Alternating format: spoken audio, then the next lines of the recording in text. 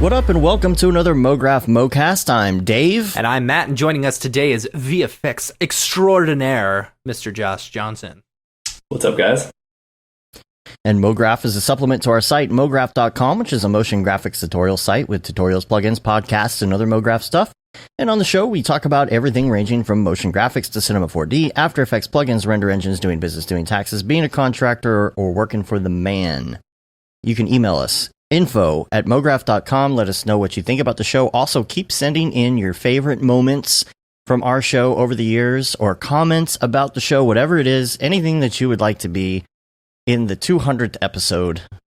We're going to have a spectacular of some sort that we have not been planning. So we'll do something.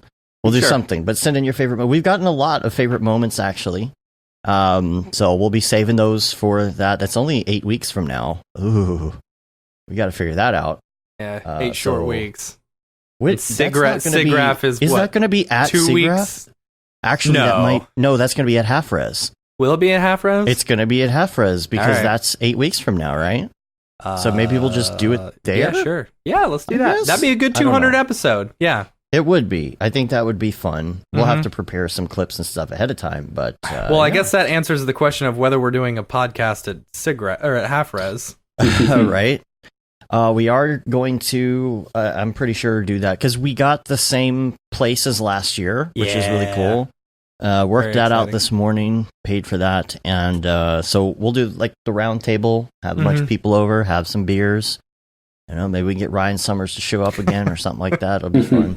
And Rick said the whole first Back to the Future anniversary episode was epic. Oh my goodness. I don't know if I ever want to do that again. That was one of the hardest ones to actually like we were laughing so hard the entire time because we were just pulling out, like, Dave would have like organized stuff that he was talking about, and then me and Aryev would just randomly throw in like stupid BS hover trains and just weird crap. And so we were having a hard time. Oh man, you should put some of the outtakes from that episode. That would be that's a good idea. I need to go back and find those.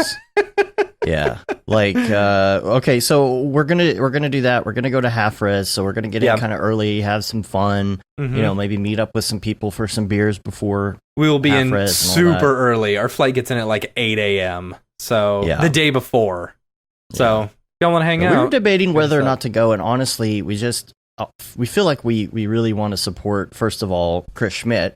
Yeah. You know, and we want to support our friends who are. Yeah, if we didn't know anyone who was actually presenting, we wouldn't be going. But since it's basically all of our friends and they're coming and supporting us at our event, sure, we're there. We're there for you. Yeah, like we want to support each other. That's the thing. So the speaker lineup is just absolutely incredible. Now, some of these people I don't know. But I'm like super excited. You know, that's what we always say. If there's a person you don't know on the lineup, then it's somebody who will be your future friend. Yeah, you know, absolutely. So, you know, we know Julie and Billy. Some of these people are familiar, but they're not people that I've met. And so just looking at the list here, you know, Smearballs is going to be there. That should be interesting. I'm very interested about the MC. Is not Nick, so. That's different. Yeah, that's cool. So, when's the date for that? It's September 18th, I believe. Go up to the top, Dave. September 18th. Yeah, it is September 18th. Yeah. So, super excited about that. We've got tickets are on sale now, and they are on sale now. Do they still have any of the studio tours available, or do those sell out? Because I heard those sold out in like an hour. Those usually sell out pretty quick. I'm not sure if those are sold out. I know half res is not sold out yet, but I mean, I'm looking right now. I mean, they're still available on the site, so I'm assuming that they are still it says available. All right, cool. You can get your half res t-shirts too. Oh yeah. Ooh yeah, you can buy them before. Now, is that a faux pas to wear the shirt of the band that you're going to go see? Well, I don't know. Are they going to send it to you before the event so that you can wear it, or do you have to pick it up at the event? And is it going to be more expensive at the event than if you buy it there? I don't know. We'll have to hit up Chris and ask him, I guess. I know. All I care about is if they do the skateboard decks again. Oh, yeah. Because I got to keep mine going. I got 5, Oh, 6, nice. and 7. I need 8. Man.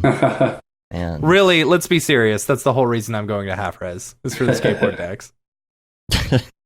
Well, we've got quite a bit of stuff on the week wrap up. There's some really fun stuff to talk about. Number one is this is just an interesting thing. I started using Grammarly, and you started using Grammarly, and we both didn't know that we were using it. Yeah, and so we're both kind of into it. It's not the pro version, but no, I was just checking it out. It's helped me write good at times. Write gooder.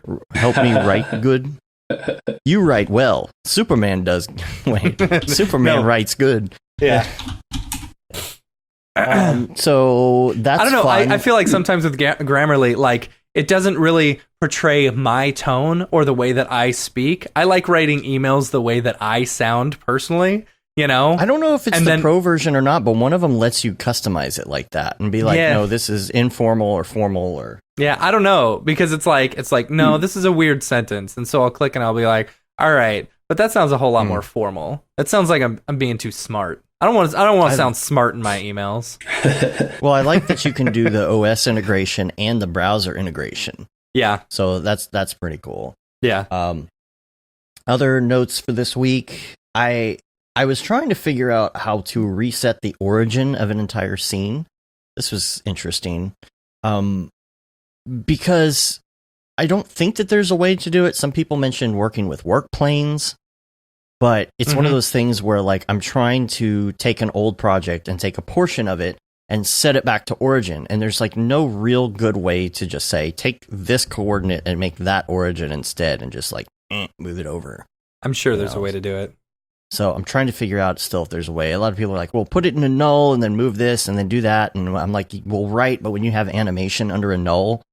Oh, right. Put something under a null and you move it. Everything just explodes all over the place. Yep. That still doesn't make sense to me. Like my head still can't contemplate. Okay, well, why is it and how not to do that? How to freeze it and move it and put it where it needs to go. I'm doing something wrong. I know there's got to be a way and I'm doing it wrong. Probably are. Like I'm not chalking it up to it doesn't do it. I'm saying like I don't know what I'm talking about. Yeah. Literally. All right. So that's just something I was working with. I love XP Quick Tools. I used them this week and played around with them. Like having they're so good. They're rain so good. And snow. Yeah, they finally just did the update to the update to XP X Particles, and it's so good. It's such a good update. Looks amazing. Yeah. Yeah, and like what I mean, the shelf tools just by itself are awesome. The quick tools, because it's like, I don't know, if you just need some simple smoke or some simple fire or something like that, instead of having to go through and actually do the full setup, you know, or me, for example, whenever I'm using X Particles, my problem is I know generally what I'm doing, you know, if I want to make something happen. But a lot of the times I have to go on to the online documentation to see the exact setup of how I redid something. And it's nice to be able to just go click, click, click, and then just be able to mess with the parameters in there.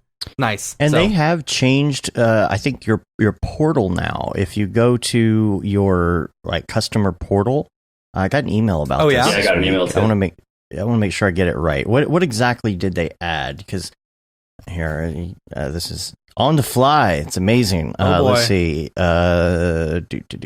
Account maintenance. I was really worried you were going to bring it up and like show it, and I was like, oh, that's going to have our serial number. Serial number. No, it doesn't have a serial number. No, it's access exclusive training through your new account area.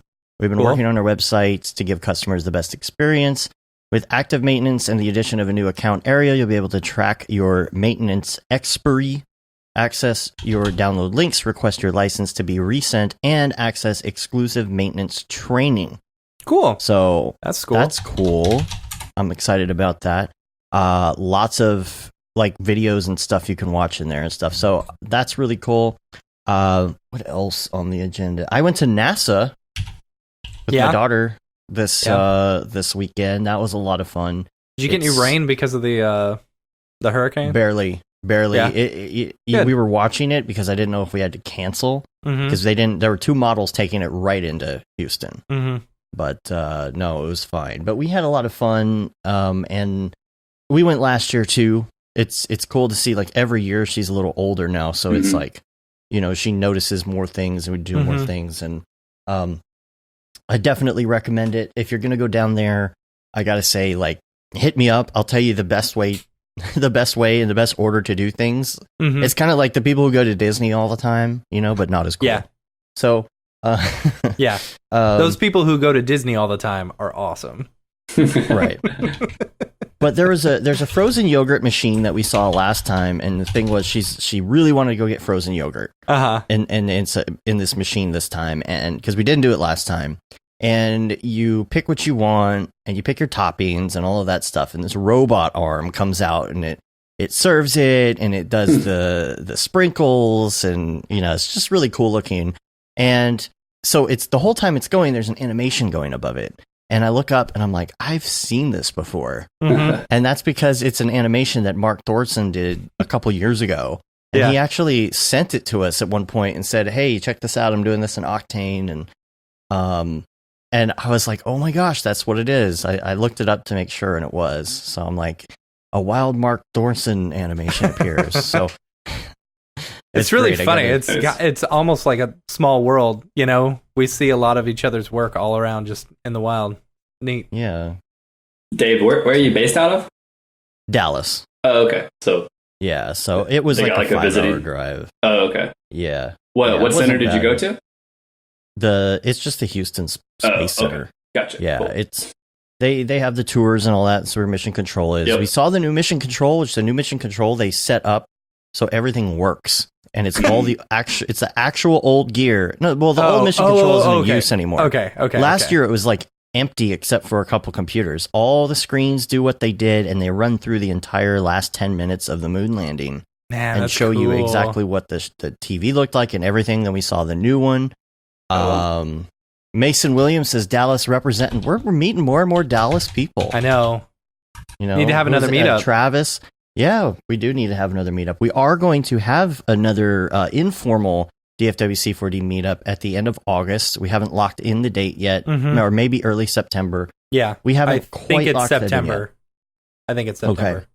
And we're waiting just for everything to be set in stone so that we can coincide with the Maxon tour or whatever. So the Houston, let's see, Houston, what else do I have? Oh, I wanted to mention Buc-ee's is the worst now. Oh my gosh. Like this is so okay. On a Sunday afternoon. Here's the thing. I'll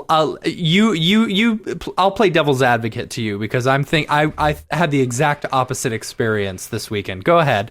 Okay, Buc-ee's used to be fun. It was a huge place, and you go in. There was so much to look at. Now it's too crowded to even walk. For those who don't know what Buc-ee's is, who have never been to Texas and experienced the awesomeness that is Buc-ee's, it is, imagine a gigantic gas station with like over 100 gas pumps, and you go inside and they've got just walls of candy and tons of stuff and the cleanest bathrooms you've ever been in your life. And they're super private bathrooms too. Like, you get your own stall with the door that actually shuts, right. And no little tiny crack that people can come in and see if you're sitting in the toilet or something like that. Right. The problem is you have to wait in line now. There's literally a constant streaming line of 50-something people for the restroom. Wow. Yeah. And it was too crowded to even walk. It was so crowded that there's 100 gas pumps there. Yeah. Literally 100 gas pumps. They were all full. Yeah. It was Jeez. A line from the highway to even get in the parking lot. And then you get in the parking lot and you're like it's a complete cluster. There's no lines on the road, so everyone's going around each other, and you're like waiting for a pump, and someone cuts in front of you. You go into the middle of the store. You can't even look around anymore. You can't look around. It's like being at a. It's like being at Disney World during Oh, it's so bad. It's like being in a concert. Yeah. And you have kids. So, it's here's not the thing. Enjoyable anymore. You were probably at one of the original Buc-ee's locations because there are I don't know. Like, so basically you've got the original ones were in between like Dallas and Austin and in between Dallas and Houston, right? So those were the original ones, and then they started building more. those original ones are only like half the size of all the new ones that they're building. So they hold a lot less people. This place is huge. Yeah, I know it's still big, but it's still only half the size. So the one they just built one probably 10 minutes down the road from me, and we went this weekend. There was like maybe 20 people in the whole place. It was amazing. Oh man. I mean, go get yourself some Dippin' Dots and some jerky, and an icy. No, the candied pecans, roasted and candied. Oh my gosh. The beaver nuggets. Beaver nuggets are where it's at. Beaver nuggets are good too. But they're so syrupy. Beaver nuggets. Oh, they're so good. They're so good. Yeah. Josh, next time we see each other, I'll bring you some beaver nuggets. All right, I'm game. There you go. The different movies, by the way, we were looking at space movies. My daughter's pretty young, so I show her some space stuff, but only like, one or two little things. You can't show her like, she's 9. You can't show like First Man. I don't want to show her where the kid dies and all that stuff. So I just showed her some clips of like when they launch and all that kind of stuff because she's super interested in it. But I came across this movie that's like a Challenger movie, and it's so bad. You should look it up. It's on Amazon Prime, and it is like incredibly low budget, and the actors are trying so hard to be super serious, but every angle is an extreme Dutch angle above or below, and every hallway they walk down is full of small. Like the fog machine guy was just having a field day. Yeah, it's just so bad. Like if you have a chance to look it up, you should. You should show her Interstellar. Get her oh man, just blow her mind right at the beginning. Man, if you have a daughter and you watch that movie, I mean, if you have a kid, especially a daughter, and you watch that movie, oh my gosh, there's the scene. I don't know. Is it too late for spoilers? I don't know. I'm just like at what point? Cover your ears. Yeah. If you haven't heard the part where he's leaving his daughter and it might be forever. Oh my god! Like, and she won't say goodbye to him. I lose it every single time. Yeah. Every time. Yeah. I don't know. I thought the part when you become a parent, you become when he gets completely when he gets back from the planet next to the black hole, and he's just got like 15 years or 30 years of like transmissions that he's going through. Man, that was stuff. Man. So rough. Have you seen Apollo 11? I haven't. No. Oh wait. Doc. No, I haven't. Wait. Pretty good doc. Just came out. I think it came out this year. Look up the trailer. Oh, Apollo 11. Okay.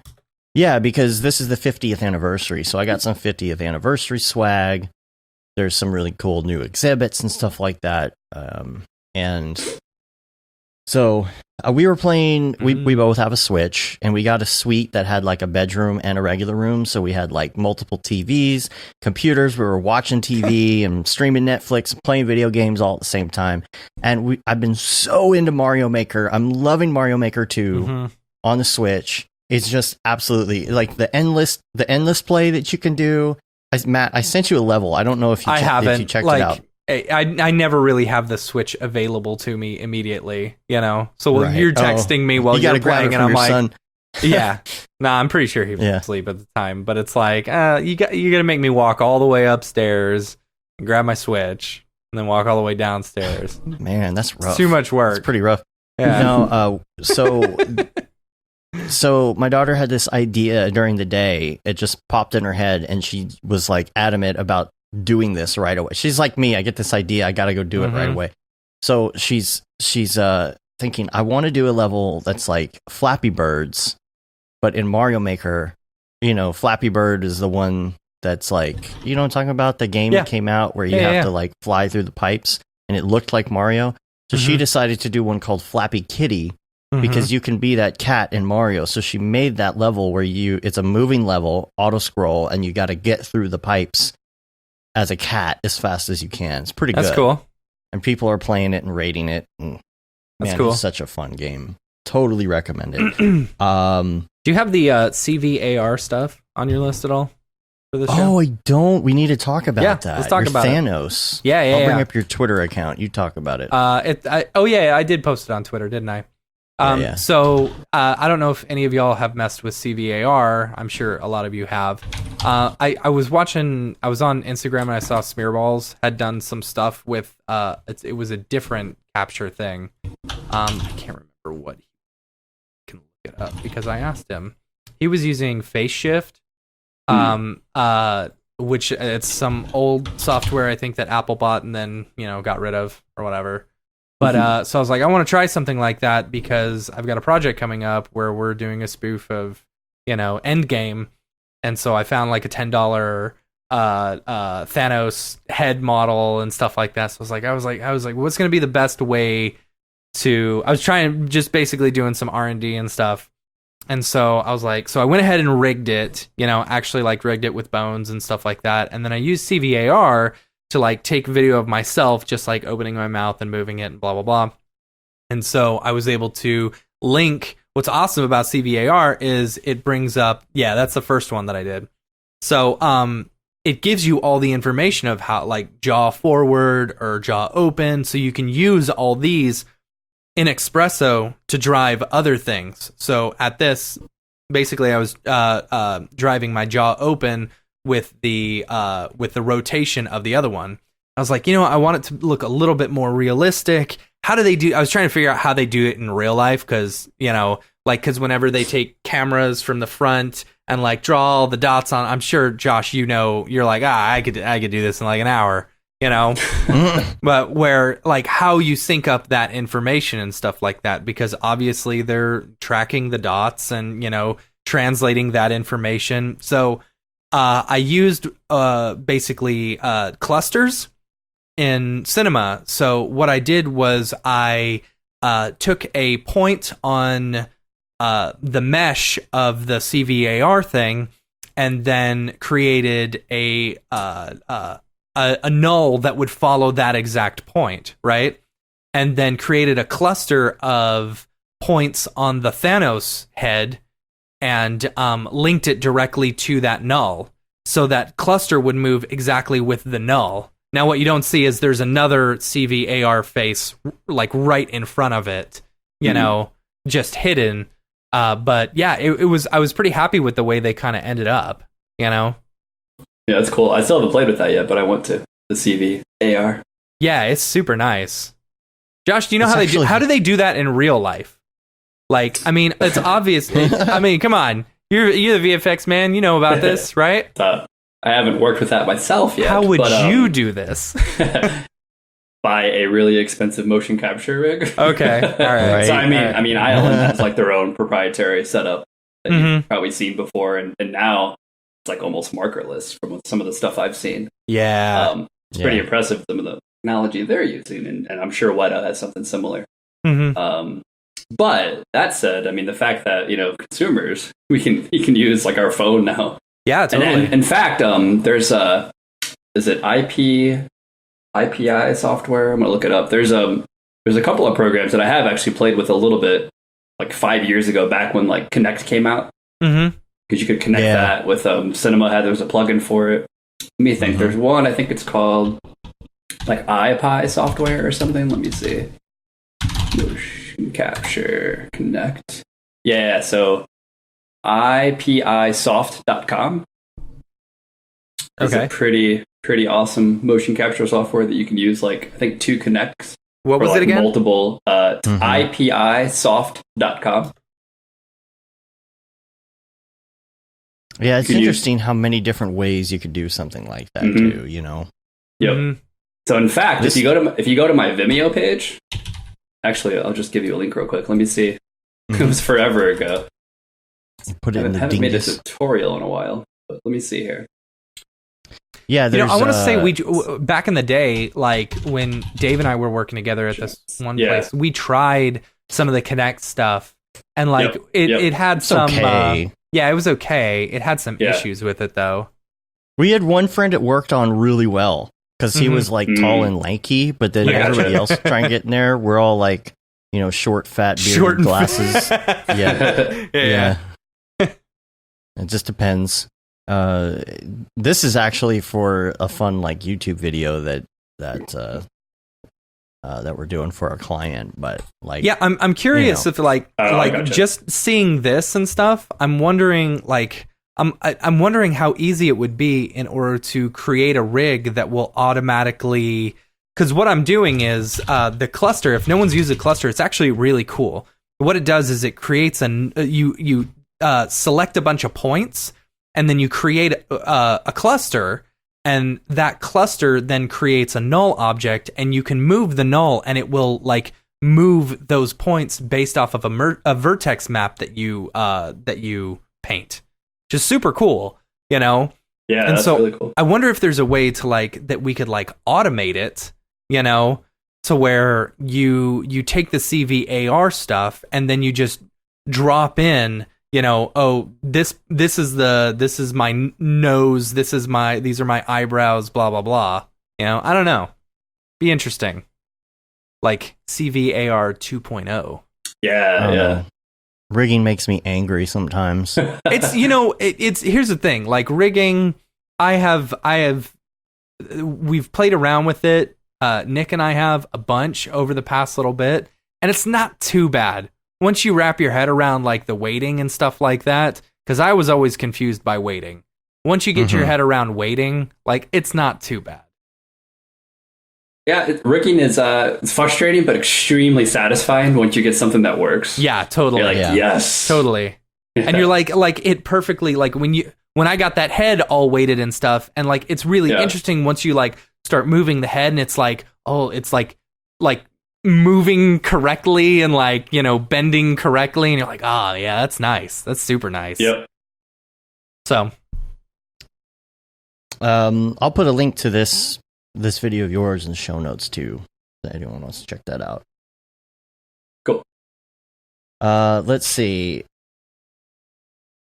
Other things on my notes here for today. Gosh, we got a lot of week wrap up stuff here. The Slack is open. I opened it up the other day, and it was open, but it wasn't advertised until like Friday at 10 p.m. And as of last night, we already had like 30-something people sign up. So mograph.com/Slack. We're going to close it, and here's the thing. I think, you know, we open it up indefinitely. Usually we'll do like a week or a month or whatever.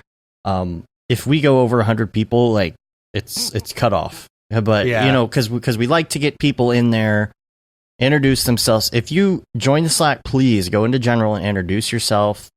Put link to your reel, whatever it is. Like, I don't, you know, just say, hey, I'm here. This is what I do. Meet everybody, you know. I mean, it's fun to lurk or whatever, but sign up and get involved and let us meet you, because that's why we trickle it, because we want everybody to get to know each other. So that's open right now. If you or somebody you know has been waiting, mograph.com/Slack. Also, interesting memory lane on Slack this week. You know, it's crazy what a small world this is. Because I was posting stuff, you know, about this rig, and we got on a conversation about doing, you know, about being on the road, and some people that did touring were in there, and we find out we have friends in common. And I think Matt Krause saw a picture of a friend of mine that I had posted in this video I did, and he, you know, or this picture from on the road, and he's like, "Is that Daniel Piot?" I'm like, "Yeah, it is." Like, small world, like everybody knows each other. Yeah, it's so funny. All right, now, especially in that world, I feel like you guys all know each other. Yeah. Oh, for sure. Or have worked with each other at least on one little show or something. Yeah. Speakers and counselors, Camp Mograph. You want to pull up the list of speakers, counselors, and sponsors? I'll talk about our contest here while you're doing that. Okay. I got everyone. We've got. First of all, I will say the EJ Bendy Limbs rig contest is still going on. We'll probably close that off when we get back from. We're just gonna let that go for a little bit. We'll close that when we get back from SeaGraph. Again, we have the new Camp Counselor Twitter and Instagram. If you do a story or you share this on Twitter, make sure that you retweet that. You use the hashtag Camp Mograph, the hashtag Bendy Limbs, and you tag iDesign and Camp Mograph in that. Now, if you do that, you are automatically entered in a contest to win a copy of Bendy Limbs, which is EJ's new thing. You'll see a couple instances of this, actually, 2 or 3 instances of this in our and our new music video that we're going to premiere here in a second. Oh boy! Just you wait. All right, just you wait, Henry Higgins. do you have your list? I do have my list. What do you want to? Right. What do you want on the list? Let's talk about the instructors first. Oh, okay. Instructors for Camp Mograph. Okay, so we've got Jax Johnson, Satine Phoenix, EJ Hassenfratz, Greg Gunn, Patrick Goski, Caitlin Cadju, and Casey Hupke. Our Fireside Chat speakers, Aaron Sorofsky, Ryan Summers, and Barton Damer. This is going to be fantastic, y'all. It's going to be so good. Yeah, and then our camp counselors that we're bringing in Phil Roberts, Raid Zero, Gurnge, Billy Chitkin, the Arievs, both David and Chelsea Ariev, the Schmoopies, Penny Niederlander, David Brodeur, and Nick Reed. You guys know him as Pickle Nick. So Pickle Nick. It's going to be and of course me, Dave, Liam, and Mark and Matthias will be there. And Matthias, yep. Yeah, it's going to be it's going to be a huge, awesome party full of people. So tickets are still available. Cabins are still available. It's going to be a lot of fun. Maybe keep your eye out for around SIGGRAPH time. Maybe there might be something special. That novel you've been working on. Yeah. So just keep your ear to the Twitter sphere and stuff. So our sponsors. Yes, let's thank our sponsors. We would like to thank our sponsors. Hold on. Huge shout out to the sponsors, because without them, this would not have happened at all. No, not at all. Or actually, without them, the tickets would have been twice as expensive. And so we're really happy. Like, they helped us. They're helping us so much with this event, helping keep the prices super affordable for people. This is a 3-day event for next to nothing, So, and it's all inclusive. You get, food and drinks and everything taken care of, and all your entertainment. So it's going to be great. Man, campfire chats with like Barton Damer and everybody, and like having a couple beers from the keg and roasted marshmallows. That's going to be fantastic. It's going to be fun. Yeah. So huge shout out to all of our sponsors. Of course, Maxon, the makers of Cinema 4D, your favorite 3D application. And then Octane Render, everyone uses Octane Render. Great, fantastic render engine. Pixel Plow, we love Mr. Plow, and big shout out to them. And then School of Motion, super pumped to have them on board. Insidium, X Particles, makers of X Particles and Cycles 4D. AE Scripts, AE plugins for all your After Effects and plugin scripts needs, and of course Red Giant, makers of some wonderful plugins for After Effects and Premiere. And then absolutely. So thank you so much to all of our sponsors. Make sure and check them out and give them some love on Twitter for sponsoring Camp Mograph in this amazing time. All right, now the moment you've been waiting for.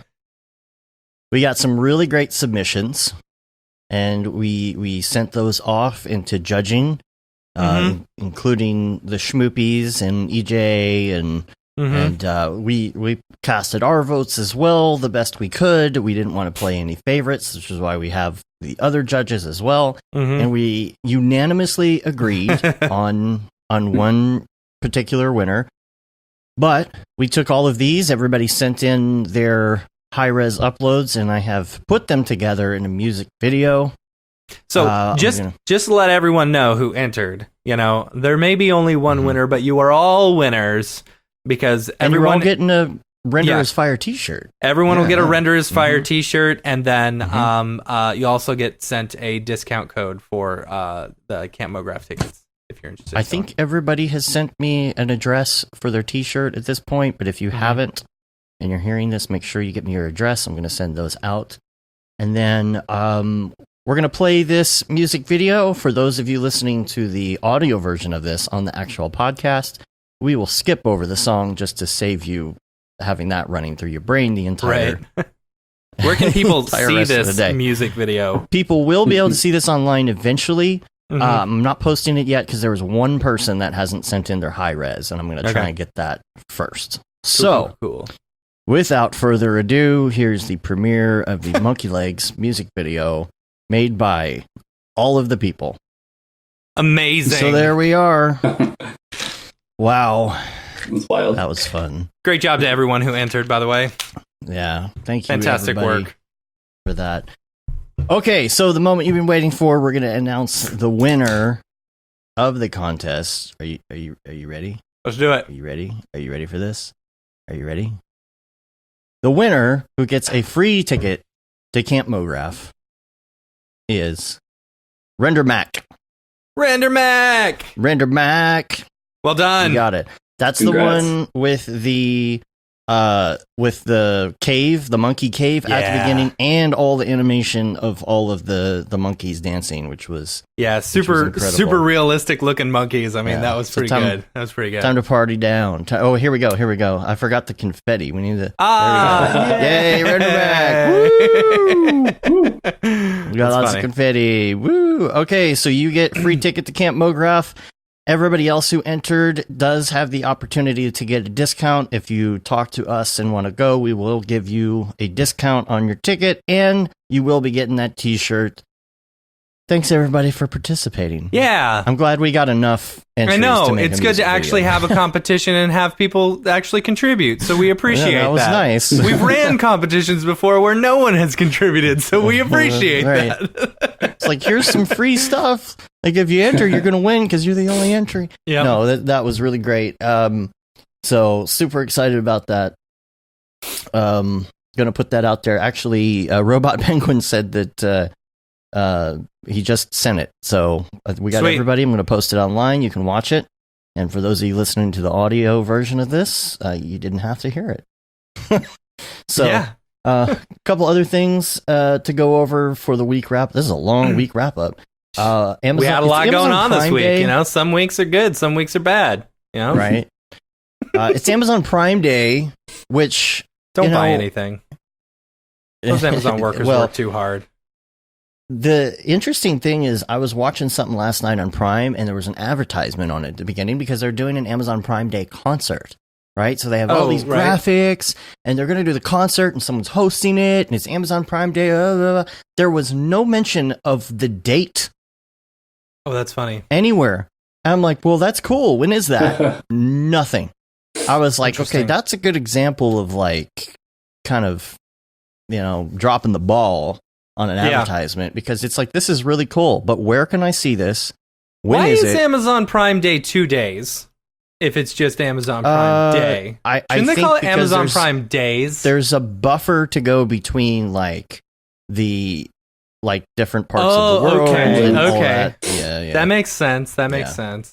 Yeah, you want to allow enough time for that. I just thought that was interesting. But then also I want to talk about Seagraph speakers, because the Seagraph speakers were announced, and you can find that at c4dlive.com. And man, what a great list. Yeah. What a great list. Great lineup. A lot of female presenters this year. Super exciting about that. Yeah. That's awesome. Very exciting. A bunch of our friends on here. We won't go through everybody. Honestly, next week, we're going to actually kind of break this down a little bit when Matthias is on the show, and we're going to talk about what to expect and what we're going to see, and all of the speakers. Just a really great lineup, except for this guy, this nerd. That guy's a jerk. Dave who? Cause? Like the saxophone player? The jazz? I don't know who that guy is. But there's some just amazing people in here. Like we said earlier, meet all your new friends, Yep. So go in and check this out. And people. meet all your new friends and people. And people. Yeah, that's really cool. Yeah, I can't wait to hang out with him as well. So check that out if you want to get the details, c4dlive.com. And yes, that is it for the week wrap up. Thank goodness. Man, I'm so excited about Seagraph. What's your flavor? What's your flavor? Hey I don't guys, have much. What's your flavor? In that. I will say, because I am digging more and more into Redshift, I was trying to shade some Turbulence FD stuff, and I ran across this problem, and I was hitting people up in the Slack, and it's the stupidest problem ever. But right. But when you think about it, okay, so yes, it is a stupid problem. But when you think about it, it absolutely makes sense. Right. Go ahead. Tell what the problems need the most attention. Right. So we need to address this in case anybody was looking, because I was trying to find the answer on Google because that's where I start. I'm not immediately I don't understand how to make a cube. How do you make a cube, guys? Because you could look that up. Right. Read the manual. And I was looking for stuff, and I was finding Mograph tutorials on it from back in the day. I'm like, no, that's not it. I could not find the answer to this. I did not know why my volume shaders were not working correctly. They were all grayed out. I couldn't when I would go in, I couldn't base it on temperature or density or any of those things. It was grayed out, and I found a lot of people online who said they had that same problem, but nobody had an answer. A couple people said, well, I updated TFD and it fixed it. And now I know the reason. Because you have to have that folder named exactly as is from TFD in your plugins. And so I did, and I'm going through and I'm like, I don't understand why this isn't working. And after 3 hours of struggling and going back and forth with people and checking to make sure I had the right version of everything, and they were sending me sending me stuff saying this is how I do it, and it was exactly how I had it set up. The only thing that was wrong is that it wasn't in the plugins folder for Cinema 4D. It was in my custom plugins folder where I actually keep everything. So that's a shame you can't do that. You have to put it there, because Redshift installs itself into the default directory when you do the installer. And so you have to put TFD in there, and it has to be named exactly that. Or for some reason, your density and temperature and everything are grayed out. And I think it's because, like Billy was saying in the Slack, because it thinks that it is the trial version. Oh, that's interesting. Mm-hmm. Okay.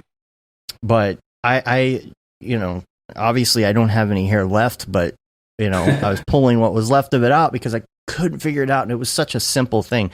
And I'll say another thing Billy helped me with, and I'll chalk this up to being on pain meds for my tooth this week, is that I was recreating something that I did last week, and I couldn't figure out why I couldn't blow smoke through a tube, because it just nothing happened. And I realized I did have thickness to the walls. Right. And you have to have thickness in order to, but it has to be bigger than your voxel size. Yes. That's the thing. That was the other thing. Yeah. So. Because usually if I'm doing a sim like that, I'm like, it's going through. Oh, it has to have thickness. It was such a awful moment. I'm like, oh my God, why didn't I think about that? Yep. But anyway, Josh, what render engines do you use most? Arnold and Redshift. Okay. All right. So our first really big Arnold user. I mean, other than Chad Ashley. Yeah. And what's up, Chad? I saw a little shout out earlier. So Octane, I remember downloading the demo when it was pretty new, and I only had one, I think I had a Titan, but it was the first generation. I only had one card. I was like, wasn't fast enough for me to really learn it at the time. So I was like, all right, I'll go back to Arnold. Then I heard news about Redshift coming out, did some research on that. I was like, okay, I'm going to wait for that one to really get into GPU rendering. While that's happening, I'm going to, use Arnold. So Redshift came out and adapted that right away.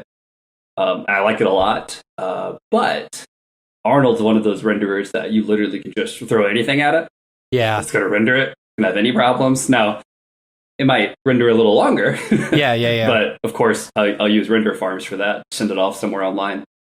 So to use an I recently finished doing work for a film called Native Son, which is now on HBO, if you have HBO Go or whatever. We went to Sundance and then HBO bought it right before our premiere. Cool. But on that film, let's see, I was lead visual effects artist, almost the only visual effects artist. But I did hire Brett Bays, which I'm sure you guys are familiar with. Amazing character rigger. And just amazing guy all around. But hired him to rig a character for me, a rap. But other than that, I comped 130 something shots. Wow! And did some 3D stuff. Oh man, it was pretty intense. How long was that process? How long did it take you? Well, let's see. Guess it was April of last year.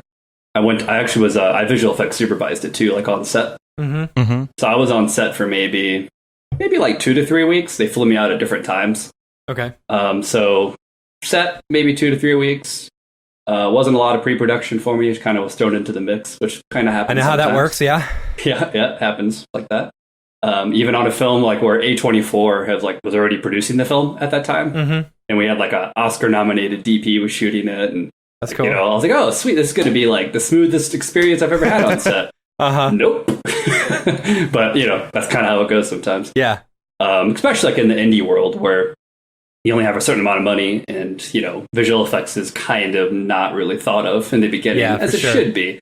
And I had worked with the producers before, so they knew that I could do what I needed to do.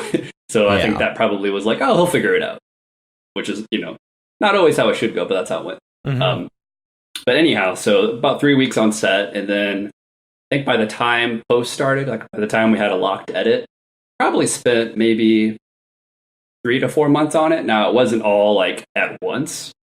Sometimes there'd be like I'm waiting for maybe some shots to get locked. I was working on other projects at that time as well. Okay. But there was probably at least 3 months, probably 3 months of solid work on that, I would say. Wow. To get it where it needed to be.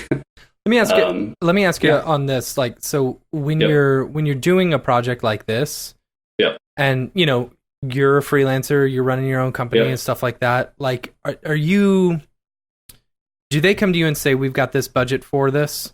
Or are they doing like a day rate for you or something? Because these are, I mean, with different projects and stuff like that. Good questions. I mean, I've never done, I've done a few, we've done like VFX for like maybe one movie that went out, and it was basically, hey, how many days do you think this will take? This is how many days I think it'll take, but it's hard for me to imagine working on something like that that's very VFX heavy, 100 and something other shots, for 3 months, and then also being on set. How do you bid something like that? Yeah, I mean, I would say it's definitely a difficult process, and it's one of those things that like it's probably you're always changing and learning as you do it, because you're like, oh, maybe next time I won't do that, or I'll do this. But generally speaking, like in a perfect world, like you get sent a script while they haven't started shooting yet. Right. And then usually, since if I'm supervising it as well, I'll do what they call like a visual effects breakdown on the script. Okay. So I'll read it, I'll go through, make notes about what I think are visual effect shots, what it's going to take to do it, kind of go through that. Then once I get that, then I'll make like a list, which is like, to get myself like a real rough ballpark estimate of like time and cost. And then what I'll do I'll take all the shots and put them into like 3 different categories, for like easy, medium, and hard. Okay. And I'll also explain if it needs to be like possible green screen or 3D work. And, that'll kind of be like in the notes, like a little spreadsheet I'll make or something. So that's kind of like the first part of it. And that will have like a rough estimate of my time and money.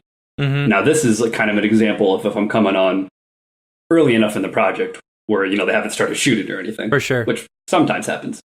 So in that way, I would say that's pretty much, setting it from the beginning. I'm telling them what I think it's going to cost, the time and stuff like that. And they may come back to me and say, okay, great. Or they might say, oh, we only have this much money. Right. Or, then you might start cutting some shots and, things like that. Other ways, I've been approached where it's like, hey, we got these shots, but we only have this much money. Can you do this? Or I might come back and say, I can do like half of those shots for that. Or, or, I might give them a better option too. I was like, well, actually, you probably don't need to do this on that. Or, sometimes I may even, depending on if I've worked with them before or after reading the script, I may even recommend like, actually, you don't really need a visual effects thing here. You could probably do this instead, go back and forth like that. Do you ever make suggestions for cuts? Like, I do, yeah. Okay. Yep. That's interesting. So so I would say that's probably the advantage of, since I am like a freelancer, and I hadn't moved to LA or New York to work for a bigger studio. Yeah. The advantages of that is most of my work is smaller independent films. Okay. I mean, sure, some that are big enough to say HBO, Sundance, and stuff like that. Right. But they're still small enough where I usually have a voice. That's cool. Creatively. Yeah. It's not always the case, but usually, and it depends who I've worked with before. But yeah, so there was actually a film in 2015. I don't know if it's on Netflix anymore. It might be. It's called 1 and 2. But I supervised it and did a bunch of effects for it. But I also did a script breakdown. I was on early enough that one I came on super early, which was great, how it should be. Did a breakdown. I did concept design for like teleportation effects. And of course, ended up doing the teleportation effects as well. Tippett Studio was actually going to come on and do visual effects with me, but it ended up just being me, and I hired some other freelancers to help me. But that was a case where there was times that I even made an edit suggestion while we, film was already shot. We were, in the process of sending them visual effects shots to the director, going back and forth, that kind of thing. And there was a sequence. I was like, you know what? Me looking at it as like not only like a filmmaker, but also a visual effects guy, I was just like, well, you know what? It makes more sense if I cut this shot and just do this. So I kind of sent them my own little edit of a small sequence. Yeah. I was like, I think this works better like this. Hey, I'm not saying like you should do it. That's got to take some balls to do, though. Like seriously, it's like, true. Hey, you guys are good, but here's how I think you can make it better. No, I probably wouldn't do that with everyone. I handle explosions and roto and stuff like that, but here's how I think you could make this better. Yeah, what you've done is okay, but I would kind of do it good. Now, luckily, like I'd say for me, this project was a director I've worked with lots of other times. Okay, yeah, I never worked with the editor before, but super kind. Humble guy, super talented as well. But my background is like film. Before I even touched visual effects, like right, editing, cinematography, that's the stuff I knew before I started learning visual effects. So I was comfortable enough to speak the language and to because I honestly thought, I was like, you know what, I think this sequence plays better like this. And I presented it in a way as like, hey, I'm not just going to throw this out there because I kind of feel like it maybe works better, but I'll let you guys decide. It's obviously up to you guys. Yeah. But in the end, they totally agreed, and that's what they went with in the edit. So I was like, that's pretty cool. That's like a collaborative experience. I don't think. And then you go see that in the theater, and you're like, that was my edit right there. Cool. My suggestion, at least. Yeah. I made this. Yeah. But I don't. For example, if I was working for some bigger studio in LA or something, working on Avengers, right. I'm not going to be able to make that suggestion. Right. That's yeah, not going to happen. So I was going to say, because you work on so many small independent films, I mean, have you worked on any like major big studio projects? Yeah. So actually, probably one of the first films I worked on was like in 2008 or 9. It's called Duplicity. Okay. Yeah. Oh yeah. Clive Owen and Julia Roberts and stuff. I only worked on a handful of shots, just helping with 3D tracking. Right. Oh wait, I was thinking of Multiplicity. Duplicity. So it had like Clive Owen and Julia Roberts, and not the Michael Keaton one, which I do love. Multiplicity, actually, it's a fantastic film. Pulls me in every time it comes on. That's funny. So I did work on that, and that it was Universal. I mean, I don't know the budget, but it was probably pretty decent with all those actors in it. Yeah, for sure. That was kind of one of the projects I had. Well, I was like, oh, you know what? Maybe I can make this remote thing happen. Yeah. So the budget was $60 million, by the way. Oh, well, there you go. I've got your IMDb up, so like I'm just clicking through the ones that you're talking about. Nice. Yeah. So there has been some moments like that, and I've had opportunities to work with bigger studios in LA, and believe me, I've definitely thought about it. Yeah. But it's like I have a wife, don't have any kids yet, but we plan to. Yeah. And like moving to LA or New York or wherever it may be to work for a big studio on like a 3-month contract. Yeah. It's just not super appealing or conducive to having a marriage. For sure. Or, a family or kids and stuff like that. So, I mean, if I go back in time, I probably would have done it just for like 6 months to go work for like Tippett or something like that. And just get the experience and some of the contacts and network a little bit. But my end game was never to like go work for ILM and just be there the rest of my life. Yeah. Like that's I don't know. Like when I was a kid, that part of that's appealing to me, and it still is, but that's not like my end goal for what I want to do with my career. Yeah. What do you want to do? Like what would be the ultimate thing? So making my own films. I was going to say, that's great. So I'm in post on a film right now that I kickstarted a couple years ago, actually. Okay. Is that what you showed off last year at SIGGRAPH? That one shot you were tracking? Yeah. There was one shot from that. Yep. So still working on that. And that's the other unfortunate part of the business. It's like in my free time, I get to work on my own stuff, but free time. Right. It's like, it just depends. Being a freelancer, it's hard to turn down jobs. For sure. Yeah. Gotta pay bills. We just bought a house and all that good stuff. So you're working on an independent project yourself did you write and direct? Yeah. So co-directed with a friend.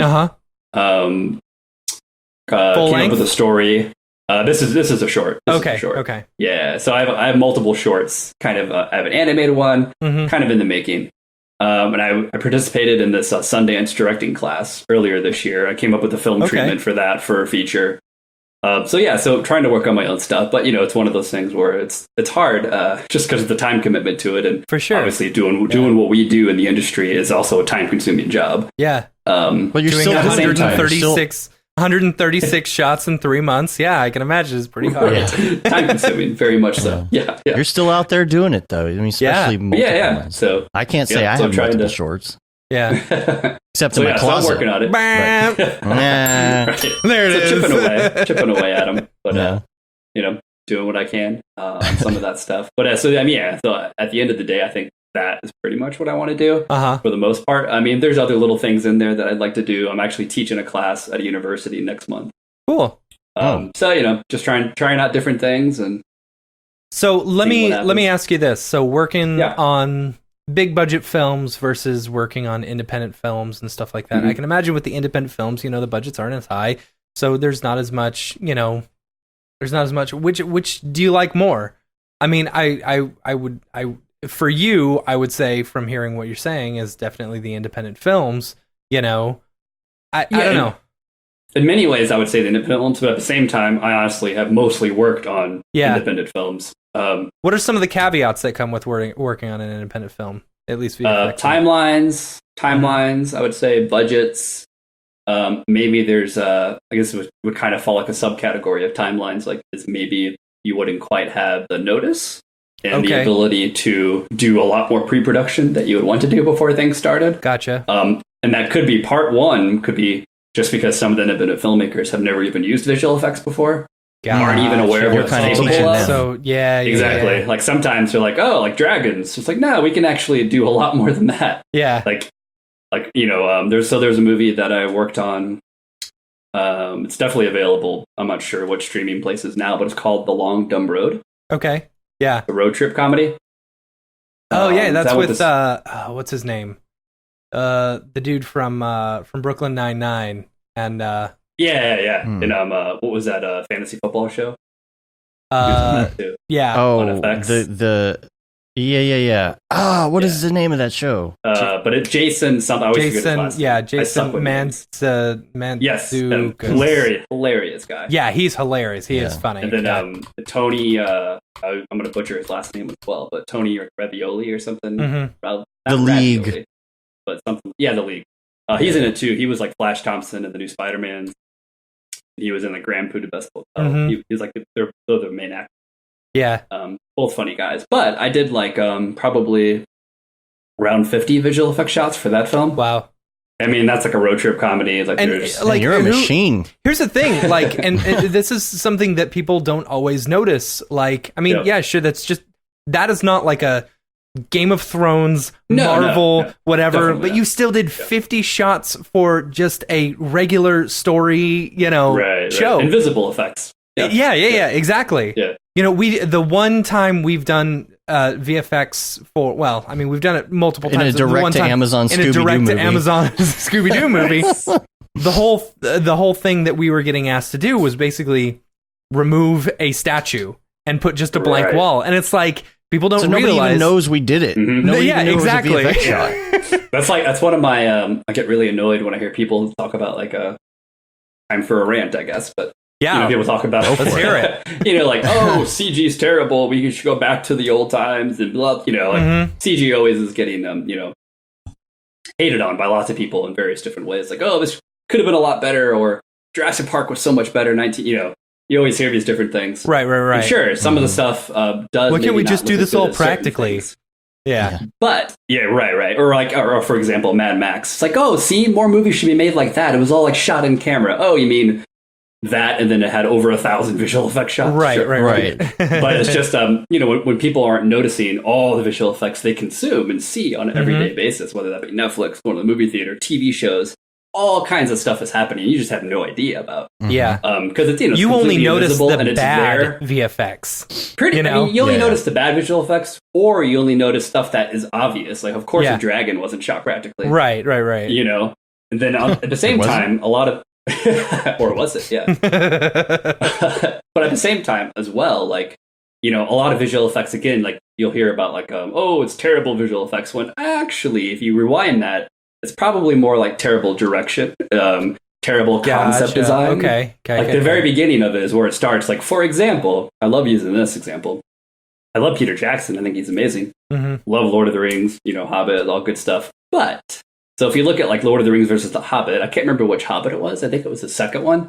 Like there's this scene like in the river, just like barrels, and they're like flying in the river, or like remember like all the hobbits are in barrels. I haven't seen the third. Like this I haven't seen the scene. Hobbit movies. Okay, it's been a while. You're saving yourself from this one, but it's been a while. Well, it's like this like 2-minute scene of like them just like flowing down and all these barrels, and it's just really exaggerated. Like the camera moves are crazy. It's one of those things. Like for me, like the way the shot before the visual effects even started, it was kind of setting it up to fail, just because the cameras, for one, the cameras aren't grounded in any kind of sort of reality. Right. Okay. And then secondly, it's just like they're doing really crazy, unrealistic things inside the barrels, jump into barrels, and like doing all these crazy, like gravity is not taking place and stuff like that. So when you're adding that to it, like at that point, you're just really asking for people to like notice, like, oh, this is CGI or this is visual effects, because it's so obvious not going to happen in any kind of reality or practical wise. For sure. Right. So a lot of it just comes down to me, like design, direction, and kind of what the director's vision and things like that before it even goes to visual effects. And then of course on top of that, you do always have visual effects companies are of course always up to crazy schedules, and we need more and more and more. Like you might start, I mean, this happens to me even on a smaller scale. Yeah. Like for example, that the road trip film, The Long Dumb Road, I think originally they brought me on to do like 8 shots or something. Wow. And that turned into 50. And it turned into a lot more. And that happens all the time. Yeah. So that's on a smaller scale. So I can only imagine on a much bigger scale, like Hobbit or Avengers. Like, oh yeah, we're going to be like 1,500 shots, and it goes to 2,000 easily. Jeez. So companies are always fighting against like crazy deadlines and budget. So so certain shots will suffer because of that as well. Because there's just not enough time in the day or money allocated toward that. For sure. So there's kind of lots of reasons why some of those things suffer. But at the end of the day, too, like it is also true. Like I don't know if you call it lazy filmmaking, but yeah, there is a certain point where I think you really should try to do absolutely the best you can to combine what you can do practically, what you can reasonably get inside the camera, and what you can do with visual effects, and combining those together. For sure. It's because even like the film I worked on in 2015 called 1 and 2, like the main characters had teleportation effects. Cool. And this is a film that was probably like I don't know the exact budget, but not over $1 million. Right. So like a pretty small film in the grand scheme of things. They may sound like a lot of money, but not a lot of money for a feature, especially a feature where the two main actors are teleporting. Right, for sure. That's kind of ambitious for an indie film. But I think part of how we were able to pull that off... I do not know the budget for that one. There you go. Exactly. But part of the reason why we were able to pull that off is, one, everyone really collaborating and coming together. But on set, for a lot of the teleportation effects, we tried to do some stuff practically to try to sell that. So we had like a leaf blower on set, really high tech. And we would shoot out like some air at the talent like before they would teleport, just to get kind of like the wind hitting them, and just get some kind of real environment stuff happening to them before CGI takes over. For sure. Yeah. And combining other practical elements as well as much as you can, and that's what Mad Max did really successfully. Yeah. They did shot the as much teleportation as they could in looks camera. good. I'm checking out the trailer. Yeah, it looks nice. Thanks. They and Mad Max, they shot as much as they could practically, and then used visual effects for what it's really good at as well. And combined to both, and I think they obviously pulled off something pretty incredible with that. What's your background? Like, I can assume that like this is just my assumption is that you went to school. If your end goal is ultimately to direct your own feature or something, I can assume either you went to school for production or for something, because every one of us, whenever we go to any sort of school for production, we say, oh, I want to be director. That's everyone. That's what everyone says, right? Yeah. So that's 100% what I did. again, if I could do things over, maybe I would change some things. But I guess we could all say that, right? Yeah. So I went to a school like in their film / I guess video program, really. Okay. Where'd you go? It's called Lindenwood. Okay. It was like a private university. So this great school. They've evolved and really built up their program compared to when I was there. Mm-hmm. If I had a chance to do it over and I was going to spend some of that money, I probably would have went somewhere else. But again, I was young and naive and didn't really know what I was getting into. Plus, I think when it comes to education, it's not so much where you're going or what you're learning, it's how much you put into it yourself. And that's always the case, but there are schools, I think, that do give you a leg up as far as like connections and maybe some of the teachers and things like that. But no, you're absolutely right. It doesn't matter where you go. It's like whatever you put in is what you're going to get out of it, no matter what. But the main reason I went there is I had a basketball scholarship. Oh, really? So that's pretty much the main reason I went there. That's funny. That's funny. Yeah.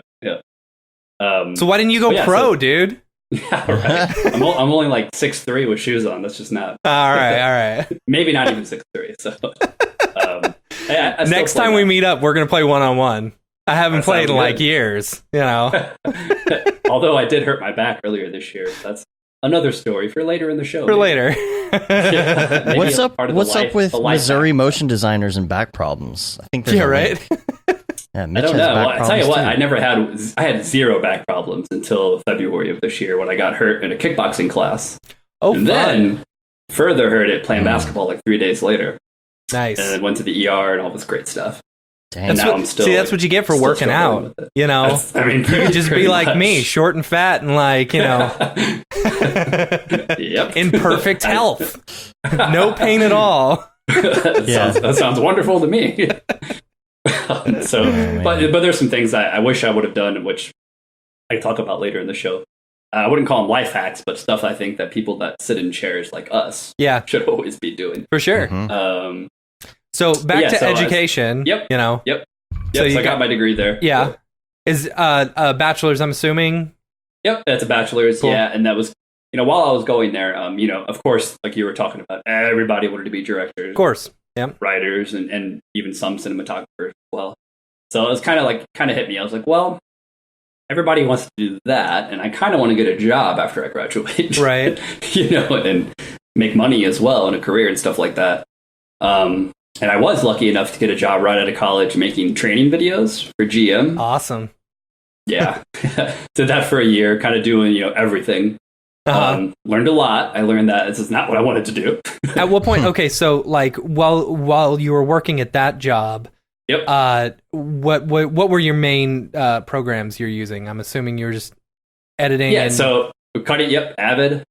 Okay. Avid was the main program I was using to cut on, and then I was starting to teach myself a little bit of After Effects. Okay. At that time. So when you came out of school, you didn't actually know any of the editing or anything like that. I knew editing. editing. I mean After Effects and stuff. Avid and Final Cut Pro. I learned. But I didn't know anything about After Effects. In fact, I didn't even learn Photoshop. Wow, that is surprising. You learned full on like production, like lenses and stuff like that, and exactly. how to. I'm assuming maybe how to reload film.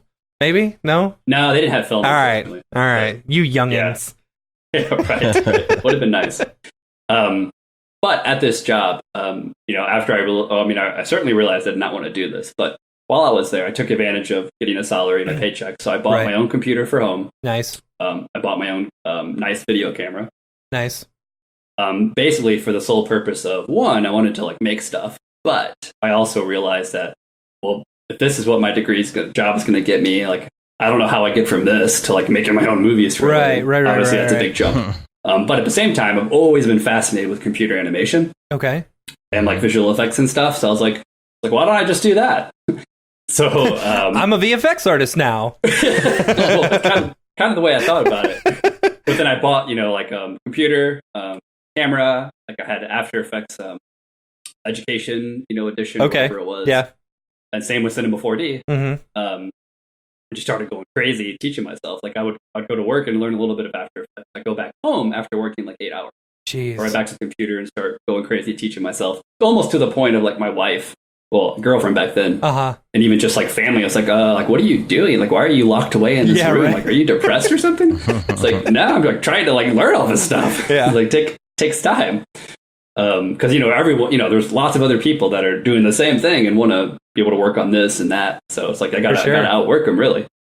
See, and it's all about dedication, It pretty much is. So I just went crazy teaching myself that stuff, and probably like a year later, started to get a little bit of work here and there, kind of in the area, and then maybe now 6 months after that is when I got hired. You were still working at what was it, GM? Yep, I was there for a year, and then so during that time, I was kind of posting more, and this is also like the days of forums online. Okay, yeah. So they're not quite as prominent as they used to be, but man, they were amazing when I first started. Yeah, because it was a way that I was teaching myself this stuff. And so I knew I could go to like C4D Cafe and CG Talk and Mograph. Yeah. I could post stuff on there, and I knew there was tons of artists and professionals that are there and working. So I can like post my work and get critiques. Like, it was like my own little school for me. I would just post a bunch of videos and get feedback. And that was actually how I started landing my work. And that's how I got the job on Duplicity and different things like that. Like people like would see the work and see the progression. And that's pretty much what I did for lots of years to get a lot better at it. So that was kind of my own little school. And I will say, kind of funny, the first 3D program I opened was actually Lightwave. Okay, me too. Because the GM place I worked at, they had a copy of Lightwave. I was like, oh, what's this? I was like, whoa, okay. There's like 2 different layouts for modeling and animation. This is weird. Like 2 programs in one.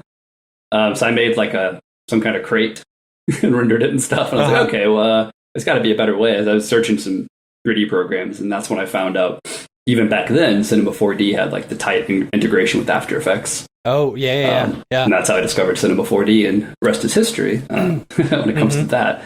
But yeah, so besides like the college education I had, I pretty much just went crazy teaching myself all this stuff. And then I moved to Columbia, Missouri, and worked for an advertising agency for like 5 years, who also had they had a production wing as well. So we'd work on commercials and occasionally some small independent feature films. And that's kind of really where I kind of, cut my teeth as far as like working and learning all these different things.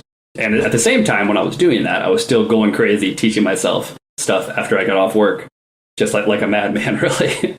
And eventually, you don't still do that, do you? Not near as much. Not near as much. But I mean, there's always like a part of me that just wants to learn more and figure out this and that. Especially because the world that we work in, the post world, is so vast. For sure. There's just like so many different skill sets. In fact, last year I took a character animation class that was taught by like Disney and Pixar animators. Oh, rad. It's like I've always wanted to learn character animation, and it's such a different discipline, of course. What class did you take? Yeah. Let's see. Please tell me. I want to take this class. Yeah, sure. I want to go to there. There's like various online things. I didn't take this one, but iAnimate is one. The one I took, it's escaping me right now. Let me think of the name. I'm looking it up right now. Something Squad. What was it called? iAnimate. That's cool. Now, was it iAnimate's a big one? Yeah. But let me think. iAnimate.net is the one. Yeah, now, are they all using? When they're the classes that you're taking, were they in one specific program, or they were? Yeah. Okay. So the program that I was part of was called Anima Squad. That's ANIMSQUAD. But there's another website too called Animation Mentor. But they're all kind of similar things that teach character animation from like working professionals. Usually it's like Disney, DreamWorks, Pixar. But yeah, so they were teaching Maya, which I had played with Maya like a long time ago. But then kind of just never really went to it unless I really had to for something. That's all of us. Yeah. So that was also a little bit of a learning curve. But at the same time, like I wanted to take it just because I really wanted to learn like animation principles. Which of course, once you learn that, you can use whatever program you want. It doesn't really matter. Much like learning editing. Once you learn, editing and say Premiere or Final Cut, like editing's editing. It doesn't really matter. Correct. What program Yeah. Just like a cut is a cut. Sure. A dissolve is a dissolve. Exactly. Whatever just like program compositing, you're use is going to be the same. If you're using After Effects compared to say Fusion or Nuke, sure, there's a learning curve because of the node base versus layer base. For sure. Yeah. But all the compositing concepts, it all translates. So like once you become a good compositor or know what you're doing. You can learn any compositing program. And the same goes for like 3D programs for the most part, especially if you're talking about learning animation. Pedro in the chat is saying that Animation Mentor is great. He said, "Yeah, I've heard great things about Animation Mentor." Okay. Yep. And do they teach you? Do they teach you the basics of like the basic animation principles, like squash and stretch and anticipation and stuff like that? Yeah. Or is it more? Do they also teach you the technical hands-on stuff of like this is weighting? This is rigging. Okay, fantastic. So they have rigging stuff, but the classes I took were specifically character animation. Just because sometimes rigging wants me to like, or I want to jump off a building sometimes when I'm rigging. Right, for sure. Yeah, of course. So I specifically just wanted to learn character animation, knowing that I could always pay somebody to rig something or find a rig online. Like I really wanted to focus on character animation. Gotcha. Which to me, there's again, this different for everybody, but to me, like that was more of like the art side of it. Whereas rigging is a much more technical process. Not to say obviously there's art involved in anything you're doing with the computer and rigging and stuff. But for me, like character animation was a much more like, oh, I can be my own filmmaker and make this character do whatever I want and direct this and that. And that was kind of my thought of doing it because I wanted to make some animated shorts. And I can do every other aspect. But it's like character animation is the part where I can't really do that. I'm getting better at it, but for sure. So what about now when you are, this is what I want to know is your percentage of what you're using now, because here's the thing. I think Mograph, I think like, oh, you're in Cinema 4D all day. If I think VFX, I'm like, oh, you're doing comps and After Effects all day. I want to know, as a VFX person now, there's so much more 3D involved and everything. What are the percentages of time that you spend with these programs? So let me first start off with like, so After Effects was like the first like visual effects or motion graphics program that I learned. I learned that before I even learned Photoshop, which was weird. Wow. When I got into Photoshop, I was like, wait a second, this is different. Like I remember taking like photos into After Effects because I was so much more comfortable learning how to do that and do stuff in there. Of course, now I know Photoshop well, but I would hope. So then I learned some of the 3D stuff. But to answer Dave's question, I mean, it depends on the project, really. But so, for example, Native Son, the feature that I was talking about earlier, that was on HBO, 130-something shots. I probably comped 60% of those in After Effects, roughly, maybe 40% in Nuke. I use both. I love Nuke, but I also love After Effects. And why? Yeah, what makes you decide to use After Effects over Nuke? Mainly, it's just because I've literally been using it for like a decade. Yeah. So, or I mean, over a decade, really. So, I'm still pretty fast in it, and I still know what I need to do, and for certain. So I used After Effects for a lot of like some of the green screen car stuff, the blue screen stuff, just because I knew exactly I had a workflow that I was using, and I had it streamlined pretty well using After Effects. So that was kind of the main reason I did for that. But there's also like certain plugins for After Effects, and Mocha, for example, integrates really well with After Effects. So that was kind of a reason I did use After Effects a lot. But of course, Mocha does integrate with Nuke pretty well, too, but not quite as good as After Effects. But for me, so between After Effects and Nuke, like Nuke, and I think node-based compositing in general really shines when you have like a really massive comp happening, especially when you're talking about CG integration into like live action, or just fully CG as well. But just like when you're, and for example, I'm sure we've all been in After Effects comps when you have like hundreds of layers and you got pre-comps going on, you're just like losing your mind. Yeah, there's so much going on, and it's getting slower. I remember the first time I hit over 20 layers, and I was like, I'm doing this all wrong. Exactly. And you have like certain sources when you're in Nuke in a big project that you could just use that same node as the source over and over again, and you can't do it like that. Precisely. You can like, I'll work on a comp in Nuke, for example, and like, okay, this is pretty good, and I have shots that are pretty similar to this, so I'm just going to save this as a different version. Take this node and import my footage into this node, and okay, maybe not half of my work, but some of my work's already done. Yeah, but it's a very similar comp anyway, so I can kind of work that way. You ever export out of Nuke and then bring it into After Effects and fine tune it? Never been from Nuke to After Effects. Oh, okay. No, but I have gone from like Nuke into Cinema and some Cinema back into Nuke for like some 3D. And that's the other part where Nuke or say Fusion shines, because it really does have a real true 3D Gotcha. scenes you can work in as opposed to After Effects. After Effects is crap 3D. Yeah. Right. So, it obviously shines in that area. But for Native Son, like there's just scenes that were required probably more CG related things. I was definitely inside a Nuke more. And then I would say, to answer your question originally as well, Dave, I do use cinema all the time still. Yeah.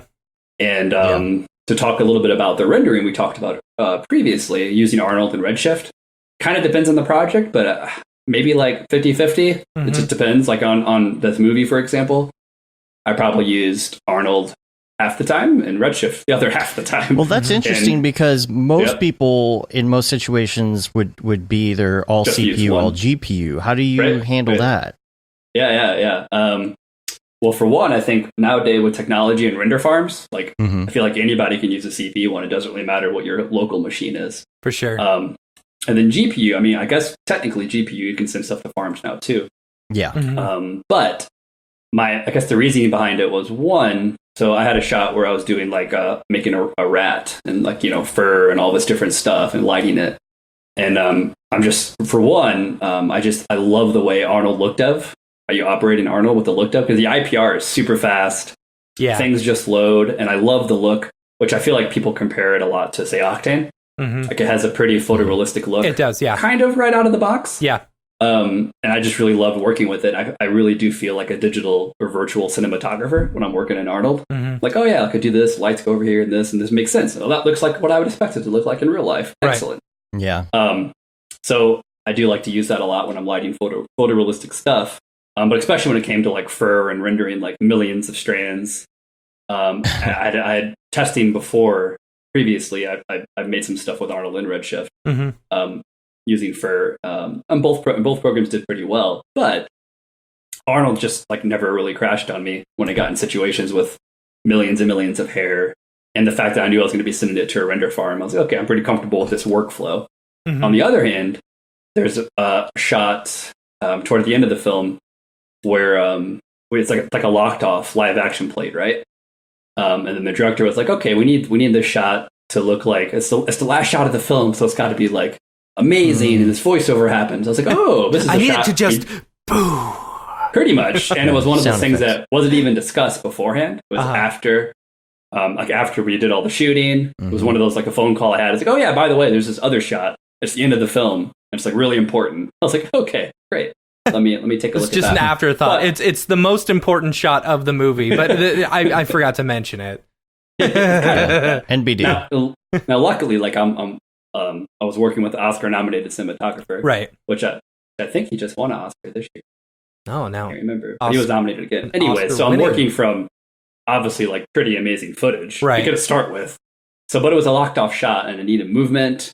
The sky needed to be replaced. It was like looking up through a warehouse.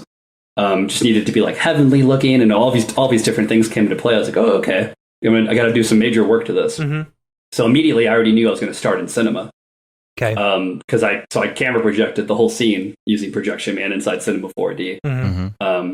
And for me, like I think Redshift has some pretty great atmosphere tools, and because it's GPU, it can still render pretty quick.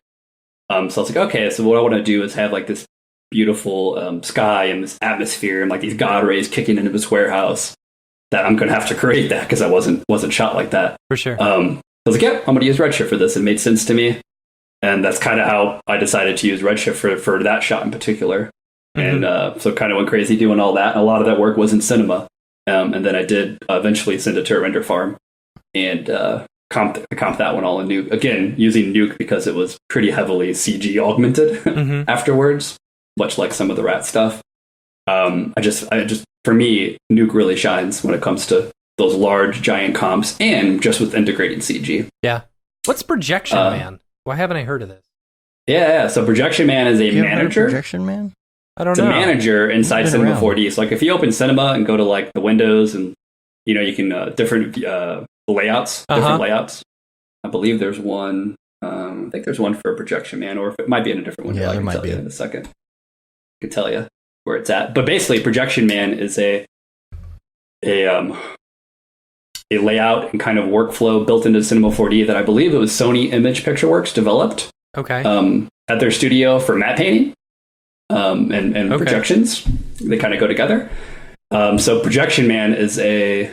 let me show you where it's at right here. Let's see. Is it like that camera calibrator and stuff like that? You can use the camera calibrator within it, but really it's just a manager. Okay. It's been around. It's been around. It's been on a while. Like, very few people talk about it or use it. Yeah. I think it's one of those things that maybe seems scary, but I actually have some stuff on Cineversity that I've shown on it. Oh, cool. In the past, some tutorials and things like that. But basically, it's a manager that helps you with doing camera projections. Mm-hmm. That's like its sole purpose, like a layout and manager to help with that. And it connects with Photoshop, so you can like start doing a camera projection. And, you know, because if you're doing a camera projection in a matte painting, you're probably also using Photoshop. There's a good chance. Right. So it connects and talks with Photoshop, so you can like do a projection, but say you move your camera to a certain angle, whereas like, you know, now your projection's breaking because there's no texture there anymore. Mm-hmm. You can send that immediately to Photoshop within the projection manager, and Photoshop will open up, and your layer with that CG object will pop up in Photoshop, and you can just paint that layer, save it out, and it automatically updates inside Projection Man and Cinema 4D. So it's a really fast utility and workflow for camera mapping and matte paintings. That's super cool. Okay. Yeah, that's pretty nice. And one of the other reasons I wanted to or I pretty much knew I needed to do that for that shot in that film was because they wanted the camera move to happen. And, you know, a camera move, if you were just to do that in post, like a scaling up thing, right? Like you're not getting any perspective and the depth and all that stuff's not going to work. And the parallax. So I knew I had to do some projections in there to really feel that parallax, even though it was a slow moving shot. But yeah, that's pretty much. So I don't know. It's kind of weird. I think it's just because I started using Arnold first as well. Mm-hmm. I'm just really comfortable with it. Mm-hmm.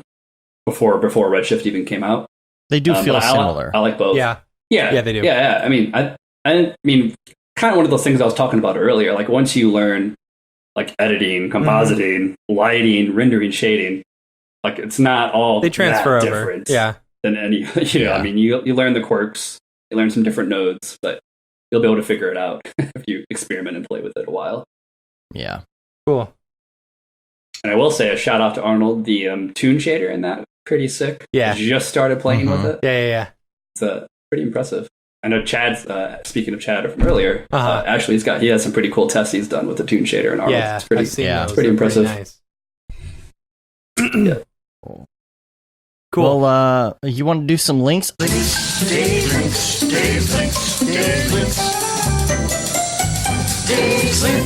I have just two quick links that I wanted to do. We can talk about real quick, and then we're gonna do. We're gonna kind of circle back around because I feel like with the film and with the film background, I think we'll have a lot of stuff to talk about in the Mograph recommends section. Mm-hmm. So, real quick, I wanted to mention Kitbash 3.0. Mm-hmm. If you haven't seen, like they've got native file formats and render engines now, so super cool. Really, check that out. That's really Although cool. I did notice, could be wrong, but I feel like they don't have Redshift set up for Cinema 4D, which is weird. Oh, weird. Do they have Redshift for anything else? Yeah, I think I saw Redshift. Well, I was going to say, if they've got Redshift, couldn't they just do Redshift proxies and just bring those right in? I mean, probably so, but they really should just create the shaders all inside Cinema 4D natively as well. True. That's pretty much. Kitbash is awesome. Where do I see this? Where is it on Kitbash 3D? Yeah, if you go to Kitbash and like their blogs and news, it's called Introducing Kits 3.0 and has some information on it there. I don't remember how I got to it. I think I read it in a newsletter, so that's how I got. I got a newsletter as well. Yeah, introducing. Got to be on their website somewhere. Okay, cool. Yeah, see, I did a whole new setup on my desk, so I've got like a vertical monitor now for reading like websites and stuff, and sometimes it scales stuff weirdly. Nice. Also, there's a video that I came across online this week, how to stick objects to fractured geometry. Oh, cool. 4D, and it goes through, like a piece of land with grass and trees and everything on it, and does the destruction with the Voronoi, the macaroni fracture, as we call it, and so it's how to attach things to that. that's all I have for links this week. But I did want to hop over to an email. Travis Ragsdale, our fellow Dallas listener who we've just met, he said, I've got a couple ideas for podcast topics. I'm new to the community, so I'm not sure if you've already covered this stuff. So we'll just run through it here. He said, we wanted to know the importance of events like NAB, SIGGRAPH, Camp Mograph. Says, as an animator, I've never gone to any events, and many of the tickets are pretty pricey, and I just want to know what I'm going to get out of it before I make the investment. So what's your perspective? You'll never know unless you show up, right? Yeah, so number one, I would say NAB. Like, go to NAB. That's the number one thing. Go to NAB. Because you're going to have a great time. NAB is probably one of the cheapest ones that you can go to, because you can stay at a super crappy hotel. You can get a super cheap flight. Honestly, you can do like 5 days in NAB for $300 or $400. Like, it's nothing. Yeah. You know? And I think SIGGRAPH would be like NAB light in a way. You're not going to get as many of the people coming to it, but also it is fully graphics oriented. Yeah, it is 3D oriented. Video games and all that. So some of the ones that you like for example, like Otoy or Redshift or Side Effects, like they won't be at NAB, besides just coming and hanging out, but they will have a booth at SIGGRAPH, and vice versa. Yeah. And the content that you will see, even things like with Maxon, you're going to see maybe a little more VFX related type stuff in a way, a little more of that kind of thing. Yeah. I don't know. It has that kind of feel. Those are the two. Half Res is great. It's more of just a relaxed hang out with your friends type situation than it is like going to a bunch of stuff, because the actual event for Half Res is only a few hours long, honestly. So it's like, you go and like we're doing, we hang out in an Airbnb and we go drinking with the friends and all that. And then at the end, we go to the actual meetup. Yeah. So in the chat, he said, do you feel like the main thing at the events is just learning about the new stuff coming out, or is it more of a networking community thing? So it depends on which event you're going to. Both. It is kind of both. Yeah. Like, so with me, I guess with SIGGRAPH, they normally announce like a new version, every year. And so SIGGRAPH is a chance to kind of learn about all these new updates and stuff like that. Except with NAB, with like Adobe, every year that I went previously, like before I was into Cinema 4D, I would always go and hang out at the Adobe booth because they were always showing off all the new features of their latest update. So with those, it was always to go just to like kind of get more training and see what some of the professionals were using. This was when I was early in my career, and I really wasn't doing any networking, I don't know if you would call it training per se. Honestly, presentations, I wouldn't consider training. Training, I consider totally you have a screen in front of you. Well, you've seen. You're watching the way people are using the tools, and that completely will change some of the ways that you work within that software. Right. To me, that is kind of training. Being able to watch the way people work in the software, and seeing the new stuff. But then, like, eventually, you start to make friends and stuff with people, and you start to get to know people, and you start to go to some of the parties, and then it becomes more of a community thing. And then you're going to some of these events. Like, for example, Half Res, we're going just to hang out. We're going to hang out and support the people who are presenting, and, being there just to have some fun. SIGGRAPH, we're going, we're working the booth, but we're going also to learn and also to network and stuff like that. Yeah, we're going to like meet people from Notch as well while we're there and start learning about these other kind of like live compositing tools and things like that. And but the training, see, to me, I think training, like sitting in front of a computer, and you see Blackmagic and some of these people setting up booths at these places with like a bunch of computers, and you sit down and you kind of learn that way. You're actually doing. I feel like presentations, they're training, but you're just watching. You're not actually doing it on your computer. Unless you want to bring a laptop in the audience and try it or something. But then we do go to a lot of them. Camp Mograph is going to be different in its own way.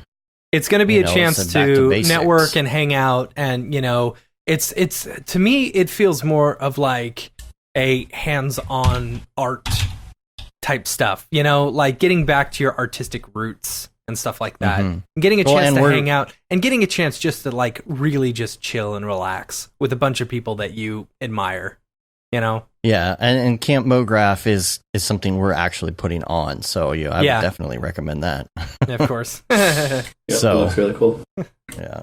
The other question is, as an Octane user for about 2 years, I'm wondering what you think about learning multiple render engines versus sticking with one. Do you think that since Maxon acquired Redshift, every C4D user should try and learn it? He said because it will probably be integrated in the future. We don't know about the integration per se. Like, I mean, it's integrated, but we don't know if it's like going to come with it or something like that, But it is one of those things where like I'm presenting, I'm learning on some more things about Redshift, but in my presentation specifically, I am going to talk about the reason that you should know more than one render engine. Yeah. Which, mainly is for two things. If you have to have the right tool for the job. That's number one.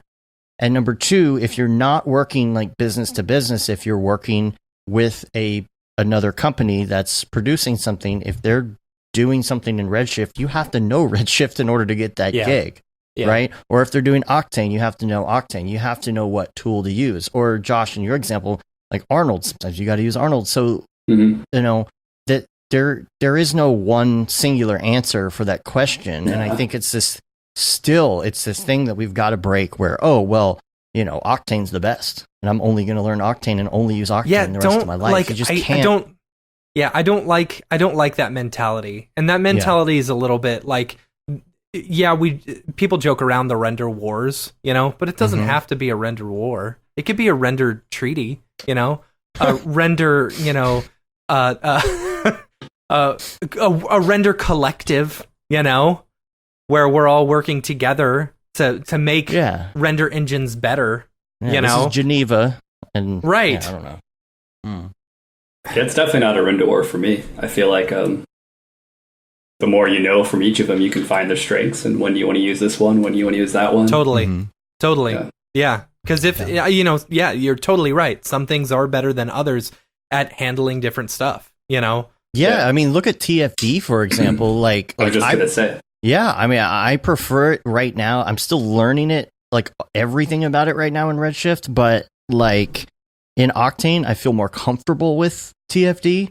And Matt, you use standard render for TFD stuff. Yeah, I don't like using TFD in anything but standard because it's just, to me, it's just faster in standard renderer. I mean, so and then for me, oh, go ahead, Matt. No, I was just gonna say I just comp everything after the fact. Sure. So I've actually been using Turbulence since it first came out, like in the first beta, like in 2010 or 11, long time ago. And obviously for a while, all the thing that was available was standard renderer for it. So I do know how to use that. But most recently, so this year I had two projects: the commercial, the Xbox one, Devil May Cry. I did use Turbulence in that. I used Arnold to render it. Yeah. I used How Turbulence. is that? So it's pretty fantastic. I mean, obviously, again, I hope you're sending it to a farm. Yeah. Otherwise, you might wait a while. Yeah. But it's beautiful. And I think it integrates really, really well. And to me, I was more comfortable using it in Arnold as opposed to Redshift for for the look I was trying to get. I got it faster in Arnold. I was like, all right, done. And there was another project I used, which I recommend checking it out. You can see some Cinema 4D work. It's on Netflix now, called the Unauthorized Bash Brothers Experience. Yeah. That's with the Lonely Island. Lonely Island. Yeah, that's what I was trying to say. Yeah. So there's a bunch of Cinema 4D work in that. And there's a shot I did use Turbulence in that as well, and I rendered it in Arnold. I don't know. Like, I love how it works with Arnold. I think it works pretty well, and it does work really well in Redshift too, which I've used it in that. But so far, I prefer the results in Arnold with it. So far. And there's certain aspects too that are only available with certain engines. Like, for example, Jan brought up on the Redshift Facebook this week. He's trying to learn more about the subgrid detail that's in TFD, which I know nothing about. Like velocity displacement, noise intensity, smallest, largest size. Yeah, some stuff you can kind of do on the post side of a simulation to add more detail to it. Yeah, it's like I don't even know. I guess it works very well with standard, but he was like, I'm trying to figure out how to get this working with Redshift. There's certain things that just don't do anything. It does work well with standard. I know in Arnold, you can use the subgrid noise on it. But I'm not sure. I haven't tested the velocity displacement yet because, for one, to get that to work, you actually have to cache the velocity. Yeah. When you're doing a sim, and that's more data. Yeah. Oh, yeah. Especially if you're uploading it to a render farm. So I was like, nope, I won't need that. Yeah, that's off by default. That, Yeah. Yeah. A lot of that stuff is the subgrid and the what's the other one? When you're like recaching it, when you're the upresing. Oh, the upresing. The upresing stuff has to have velocity cached and all of that if you're going to do that. Yeah. So, yeah, interesting. Let's see. And then a quick one. Any good audiobook recommendations for designers and motion graphic artists? Is there a book version of Freelance Manifesto? The freelance audio book. Oh, version? I was about to say it is a book, Dave. It is a book. An audiobook version of that? I don't know. If not, we need to get Joey's silky smooth voice, onto that. I think The Subtle Art of Not Giving a F is probably a good audio book. I read that, listened to it, whatever you call it. Can you say that you've read a book if you listen to it? Sure. I think so. Use that term? Okay. Yeah, dude. I've read the 7th Harry Potter book at least a dozen or 2 times. There you go. Right. Okay. And I don't know. Anything else as far as audiobooks or books in general that might be an audiobook? I don't know. The Animator's Survival Kit, that's one of my favorites. It talks a lot about animation principles and stuff like that. Pretty awesome. It's on my desk right now. There you go. Yeah, a lot of people have that sitting around. Yeah. Anyway, he says, loving the podcast. Keep it up. So thanks, man. Yeah. Okay. Now it's time to do Beeple's People. Beeple's People. Where do you get that Beeple? Beeple's People. What's up with that guy? Yay. This is going to be a good one. All right. So take out your Beeple viewer of choice. I think Beeple's just purposely making some of these to be like, I wonder if they're going to show this on the show. I doubt that. let's see how crazy I can get before they actually decide not to put one on the show. Okay, well, here's the first thing that we need to talk about is the fact that Joe Rogan did his own Beeple's People. Yeah. That's awesome. Didn't call it that, but it essentially was that.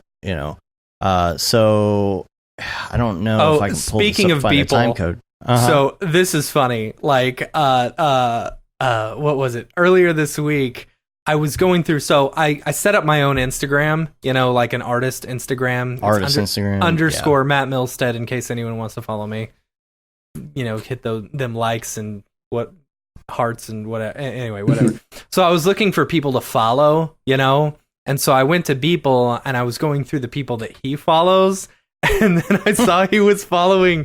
Oh, who was it? One of the Jonas Brothers. And so I circled it. I circled it and wrote WTF, and then I sent it to him. I was like, dude. And he goes, dude, he follows me. So, I follow him back. That's and funny. so I was scrolling along. I was like, does Miley Cyrus also follow you? Because you're following her. And he's like, yep, you know it. It's like, okay, funny. cool.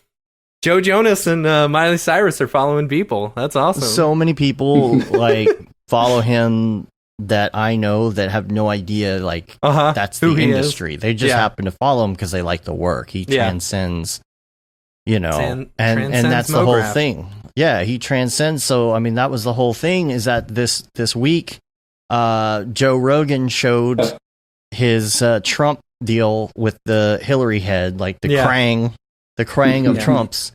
That animation, he showed some of the other stills that he's done, the Kim Jong ones and all that. I just love his commentary because it's like, man, it's just so dope. It's just so dope. Yeah. So that was so freaking awesome, dude. Like, I was like super happy that he got that recognition. And again, you know, I think we talked about it on the show last week, but the recognition is there. And when we talked about the tweet. We talked about the tweet last week, but I don't think we talked about the actual video because it hadn't come out. It hadn't come out yet. But he gave him the recognition. Yeah, you know, and that's the whole thing. And he said repost. He said this artist, and they talk about this artist. Yeah, he's not taking his stuff and like using it for his own advertisements or whatever. You know. Yeah. Man, Joe Rogan looks really stoned right there. But anyway. I think I called him Seth Rogen by accident at one point. I don't know. That's funny. Yeah, he brought up the one with the Trump and the big tanks, you know, and all that. But that was just so cool. I was like, man, that is like super awesome. So, congrats for continuing to transcend. Yep. Anyway, for real. Yeah, that's awesome.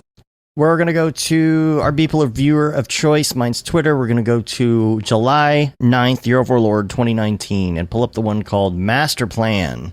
Master Plan. Ooh, pretty. Master Plan.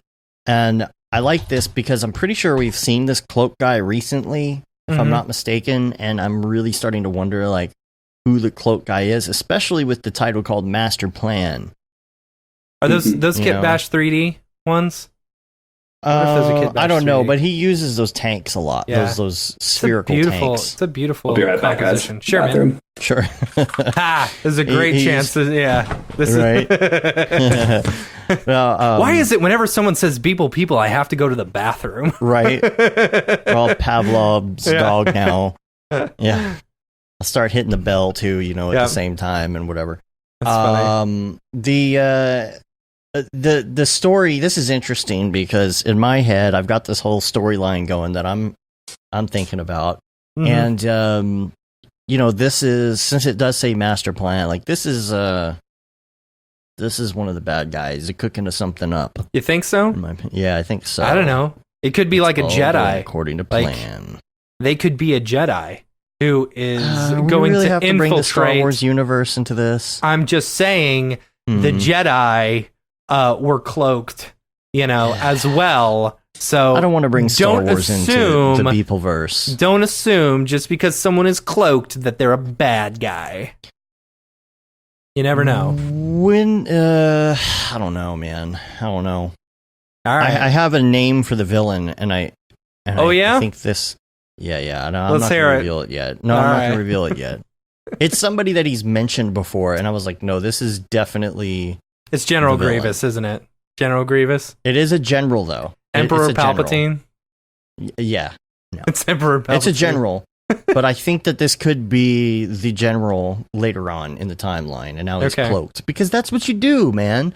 First, you're in the military. Okay, you become evil, and then you cloak yourself? Evil, and then you cloak yourself. Okay. It's almost a requirement. Cloaking yourself is a requirement these days. Maybe. So if you ever see me cloaked, you know I'm evil. You know? Right. Yeah. Okay. Anything else about this? The spotlights, it's a beautiful composition. Those were post. Yeah. Beautiful composition. I love the use of color. I think the colors work really well together. There's something about the teal blue or whatever and like the pinks. Just they're I love the use of those two colors together. I think are just gorgeous. Yeah. And all right, so we'll take out this is the next one. This is July 10th. This is called Organic Testosterone Milking Day. Jeez. Yeah. Wow. That's ridiculous. So I mean, that's obviously a big people, right? Built. So that's how that I guess they make big people just like they make little people, you know? And they're milking the testosterone from his crotchal region. Crotchal region. Ridiculous. But why is the question? Why? I told you that's how they make the big people, you know? by milking testosterone? I don't understand. Well, I mean, you don't want it's genetics, dude. You know, like I don't need to tell you how big people are made. You know, big people babies are made. The mommy the mommy big people, and the daddy big people share a special hug.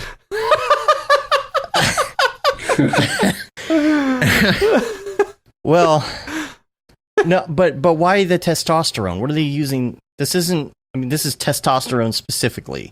Why is the testosterone needed? Like, are they using it for something? And it was really confusing. Is that maybe that's like they use that for drugs? You know, like it's a soma type thing or something. Do you think maybe they inject it into some of the other ones to like beef them up, like steroids, like the testosterone? And what are the pigs doing in there? That's my question. I didn't even see the pigs. Yeah. Oh, yep. Neither did I. I was too focused in the crotchal region. Yeah, that's funny.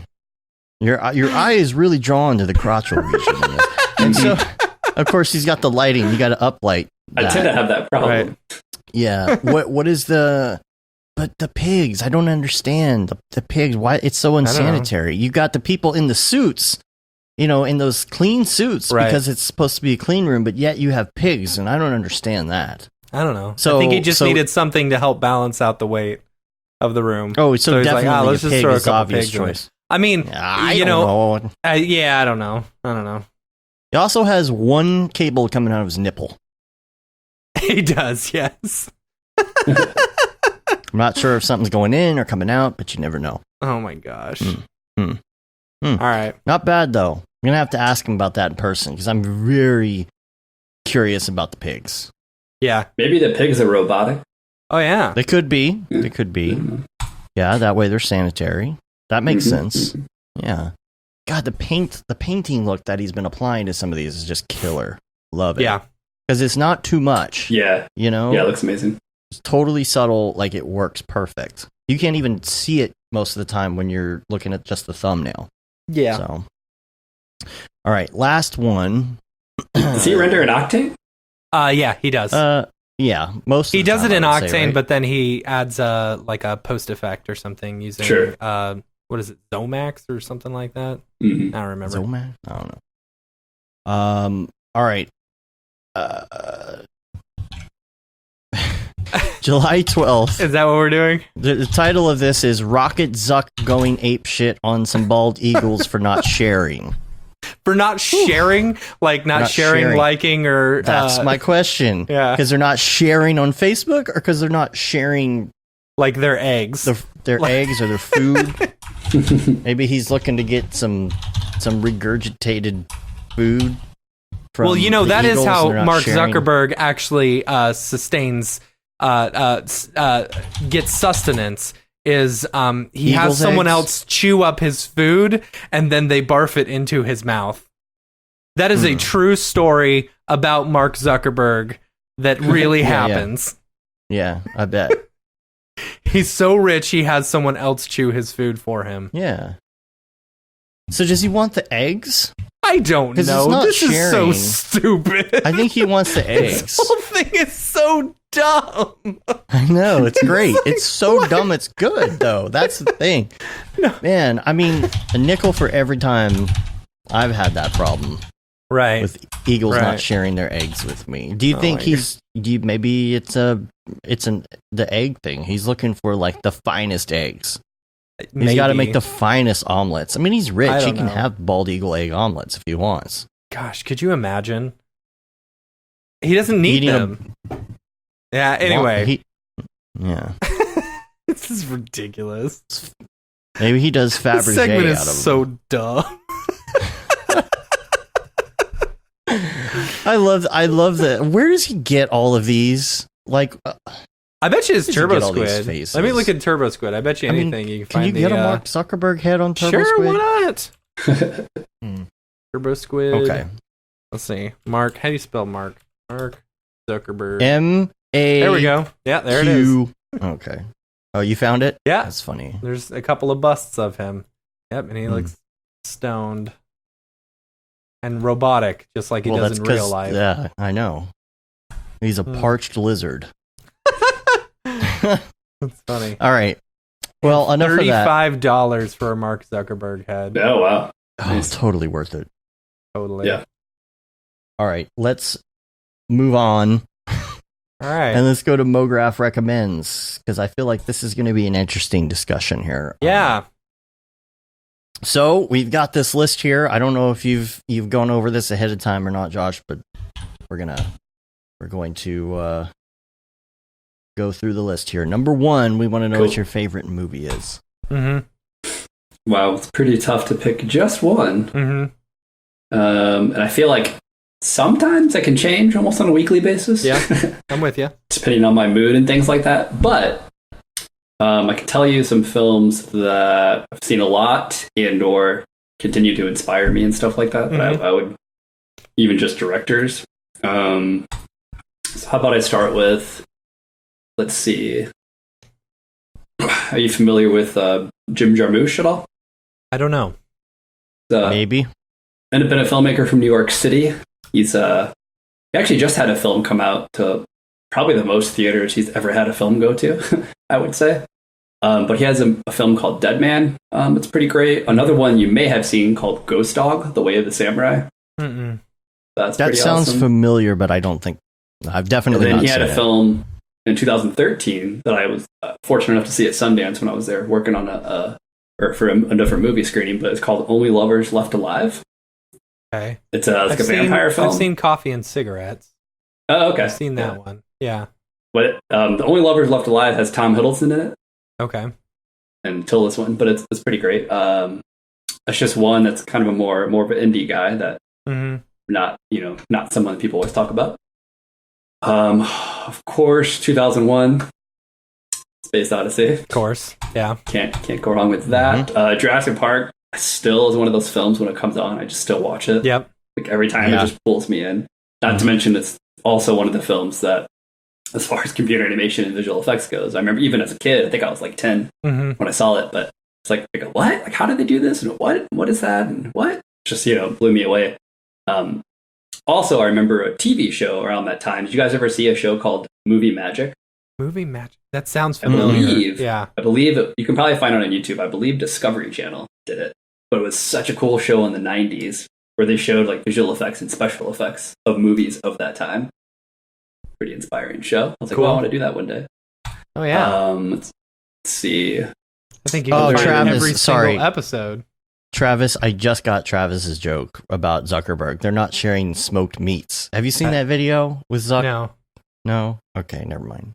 I'm not assuming this. Sorry, I completely broke the flow. Oh no, you're totally. Every episode of Movie Magic is on YouTube.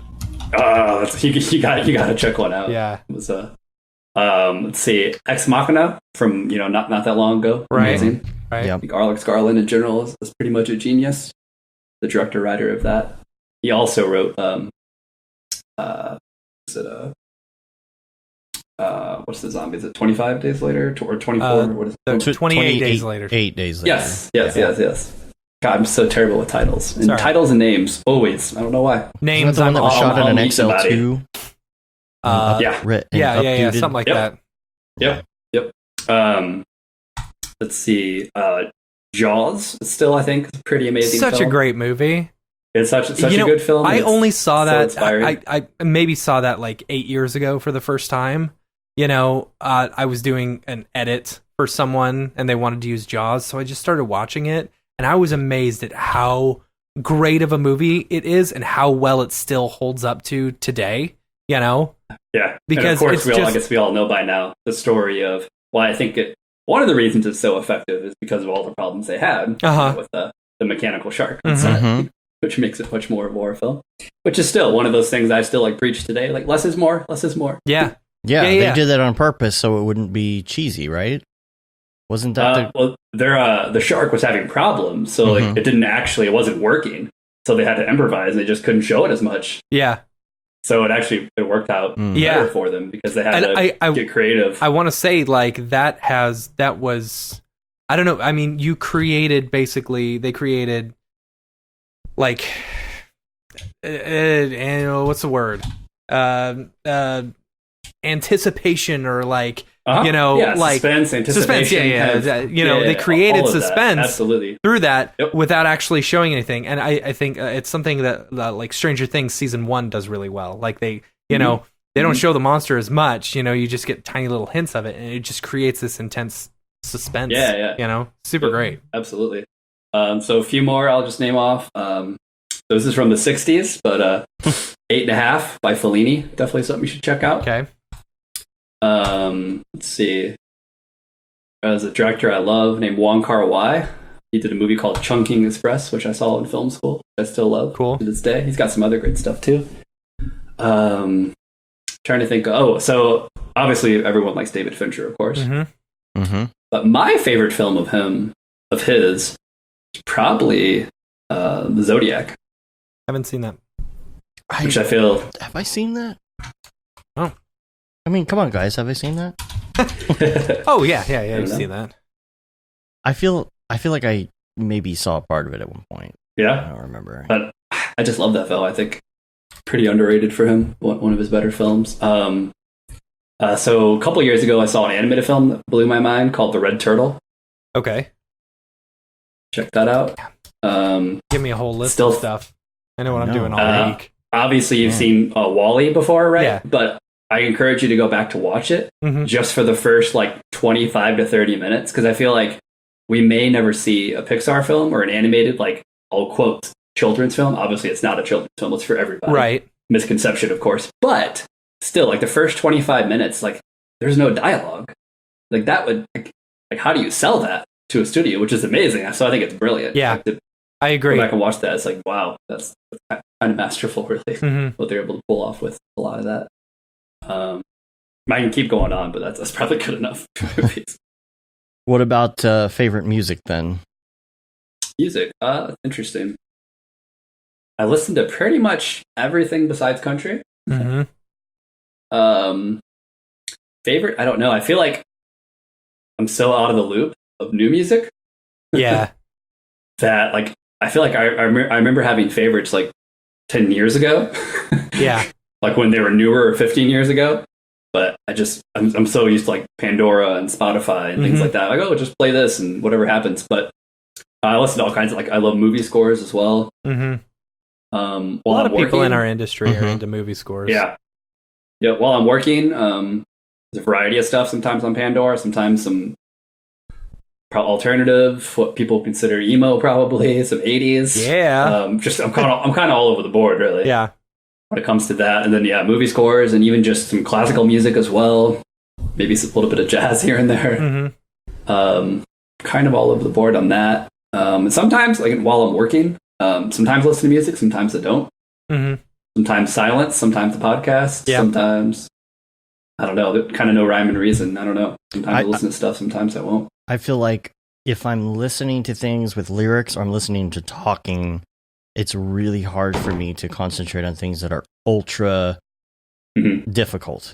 If I'm trying to problem solve, I can't listen to someone else talk. Sure. No, that makes sense. Yeah. But if it's just mindless, if I'm doing roto or tracking or something, yeah, I could throw on a podcast, no problem, or an audiobook even. Yeah.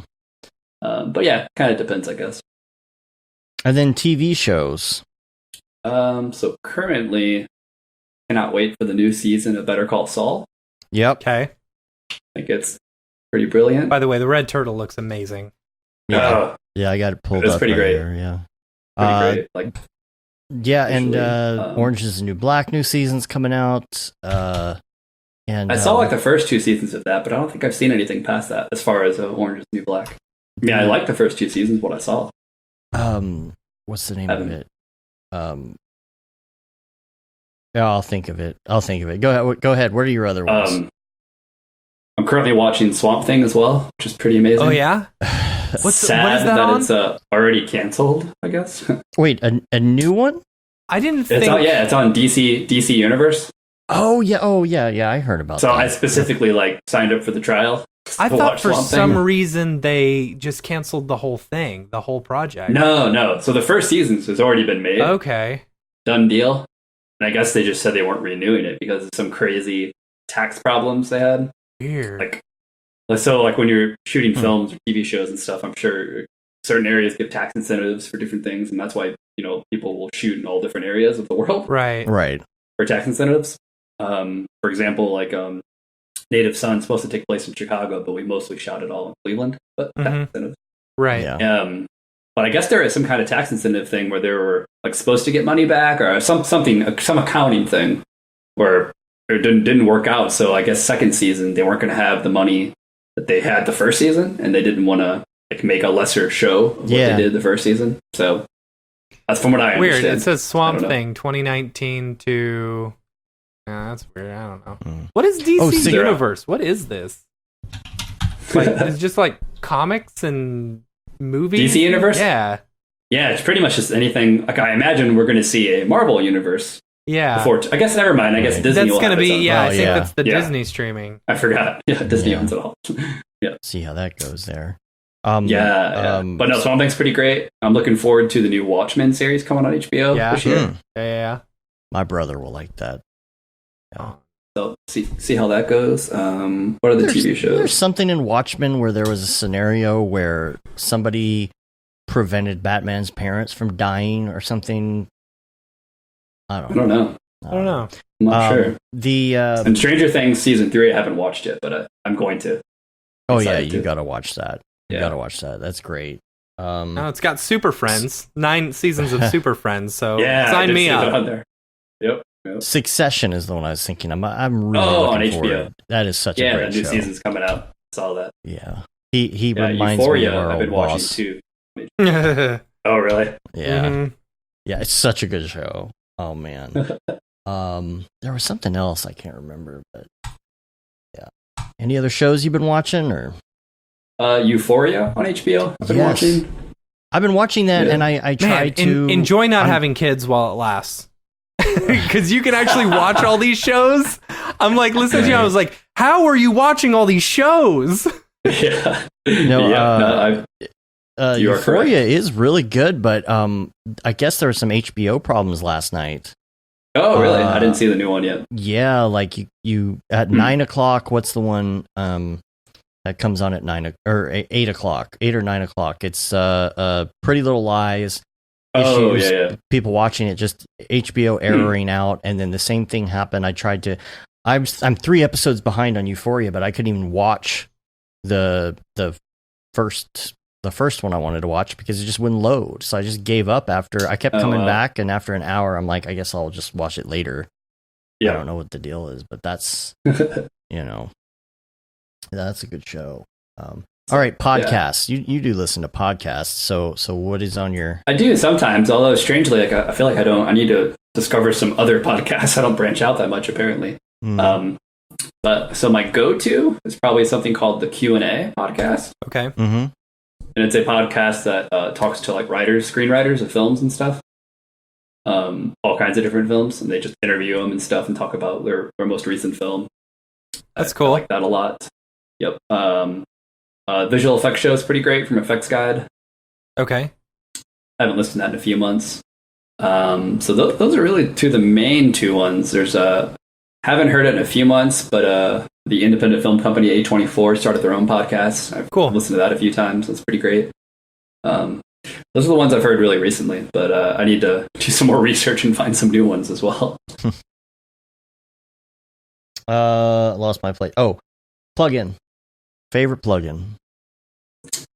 Probably Turbulence FD and X Particles. Cool. Good choices. And, headphones. Man, it's kind of weird. I don't use headphones that much. Who are you wearing right now? I was gonna say I had these are my wife's headphones. I couldn't even find mine. I have some Sony ones, but we just moved like a month and a half ago. So these are actually from monoprice.com. Oh, nice. If you've never heard of Monoprice, they're amazing for like audio cables and just cables in general. Yeah. Oh, yeah. But, cheap cables.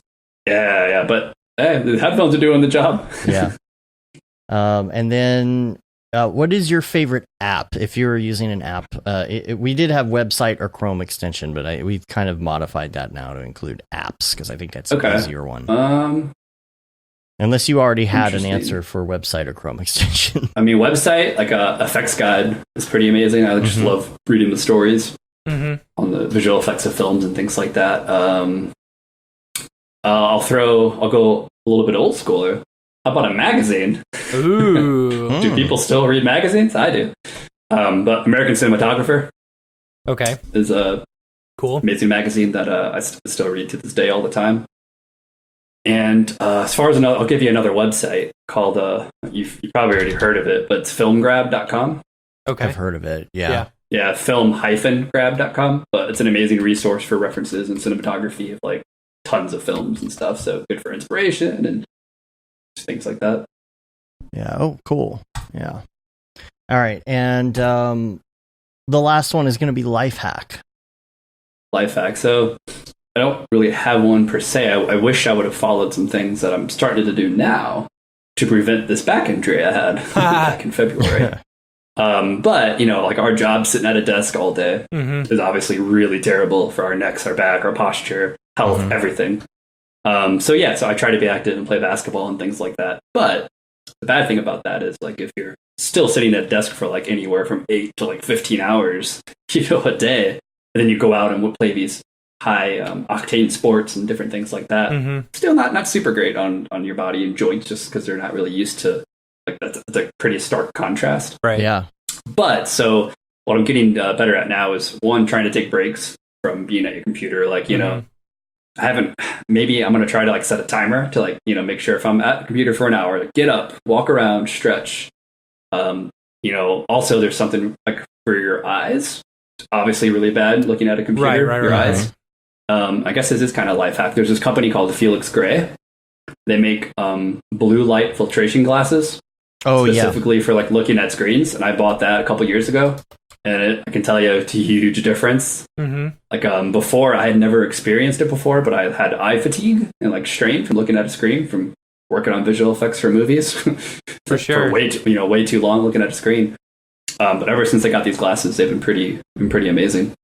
And I think just like stretching, I'm going to get into yoga some, just things like that. Just really be conscious of your body. Because I tell you what, as you get older and as you get to like mid 30s, your body is just not what it used to be. I feel like I was like, dang, I really took advantage or took granted of what I used to have and be able to do. It's like, for sure, it's not the same anymore. So just stretch and be really conscious of all that's sitting at your desk. And in fact, I just ordered a chair finally as well. Yeah. Pedro says, looking at there. Pedro says, don't color grade with those glasses on. Everything's gonna be yellow. Yes, that is a good point. So I was looking at like Herman Miller chairs and just doing a lot of research. Yeah, they're great. They almost pulled the trigger on one of those, but I was like, well, $900. I found this other chair that I've got recommendations from some other artists and it had pretty good reviews too. I believe the company is Autonomous.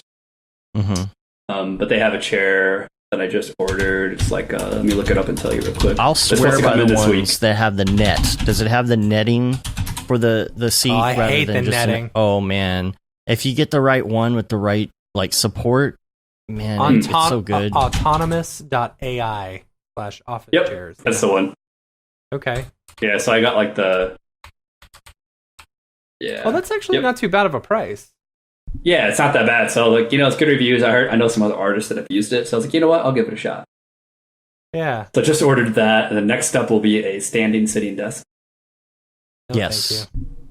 Standing desk is great. I really love the standing desk from IKEA. Because you can kind of customize it. Like you can buy the part that raises and lowers, and then you can pick like what size and shape that you want at the top. Which is really cool. And I'm telling you, like, I don't stand that often, but I do. I make it a point to do it at least once or twice a day. But the funny thing is that it's also convenient when it comes to like wiring stuff up. Like if I got to get in and wire a ton of stuff and get under the desk and the computer, or move stuff around to just get the desk up out of the way, it's actually really cool. So, nice. I guess. So do you have like longer cords, like an HDMI cord from your monitor, and just to make sure, like when you're raising that up? Yes, I do. Everything. Well, there's a net underneath, so you can shove everything down in there, in the net, and then I route everything down the side with, everything's got the Velcro ties, so they're kind of loose.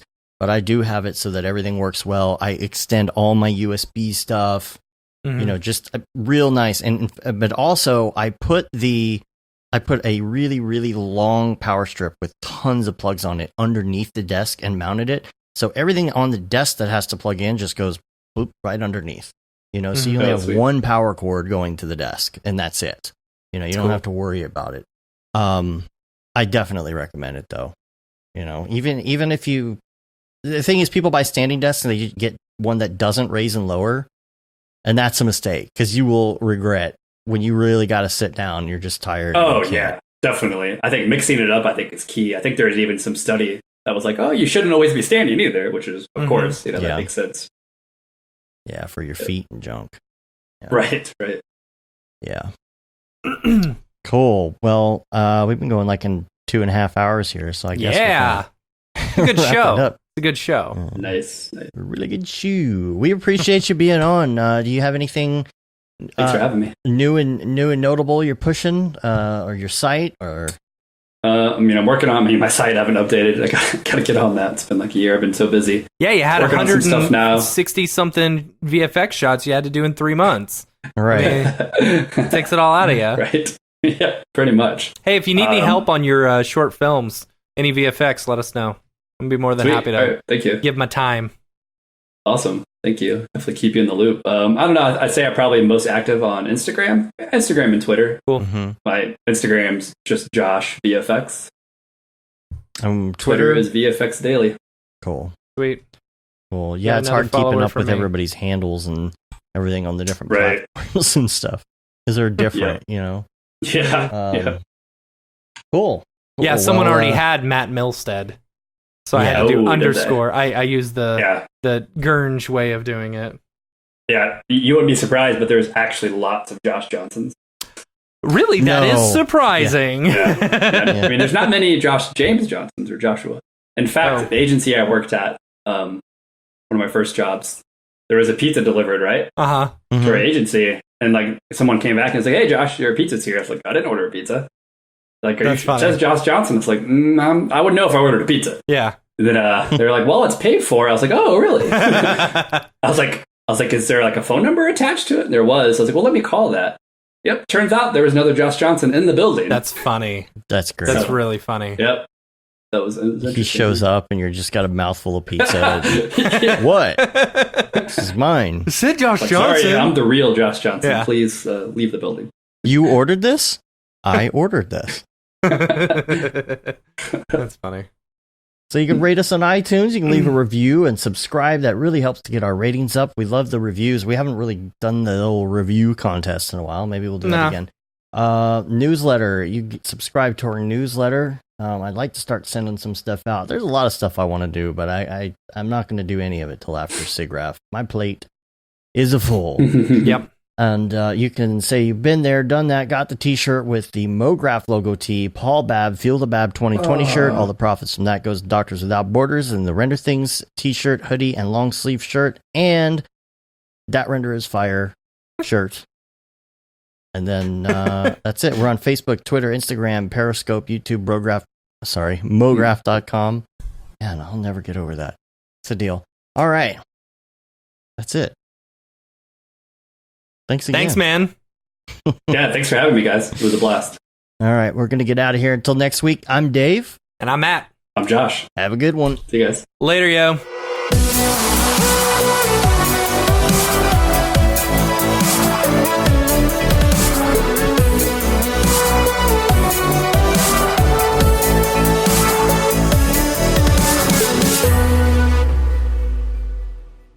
It's pretty good, I guess. Mograph.com, an online resource for motion graphic artists. Start your week with the Mograph podcast. Industry news, interviews with your favorite artists, and terrible humor. Watch live shows and interviews from Mograph events like NAB, SIGGRAPH, Half-Res, and local meetups. Our Mograph Talks feature live demos and motivation from artists all around the world. Sometimes you gotta make stuff that you're not gonna put on your reel, and I'm not here to judge. What if Rick and Morty show up for the countdown at midnight, that's where I peaked in life, in my career. We gotta stop this thing, Rick! It's gonna kill us all! Hear from the people that create your software, design your render engines, and artists that are changing the face of modern motion graphics. You get that render done. Yeah, you better frame what? Mograph tutorials and online classes will teach you about Cinema 4D, After Effects, as well as other popular software and render engines. Throw in the HDR Studio, take the render settings, pick the HDR, put in a reflection, and gorgeous. Branch into new software. Learn time-saving tips, techniques, workflows, and lessons that'll keep you up to date in the world of motion design. Oh, brother, those are some of my favorite elves. I love projects that scare me. When our art director comes to us and asks for something that I had never done before, man, it gets me pumped. Join the conversation in our live sessions. Check out our plugins, or join the hundreds of daily active users in our Slack channel for technical help, advice, contests, or just to joke around. Real nice banana. Yeah, that's so funny. All right. I'm going to live forever. Subscribe today and get the latest updates on our YouTube and other social media channels. Take all your dreams and just do it! We don't care how you get here, folks. Just get here. Subscribe to Mograph.com.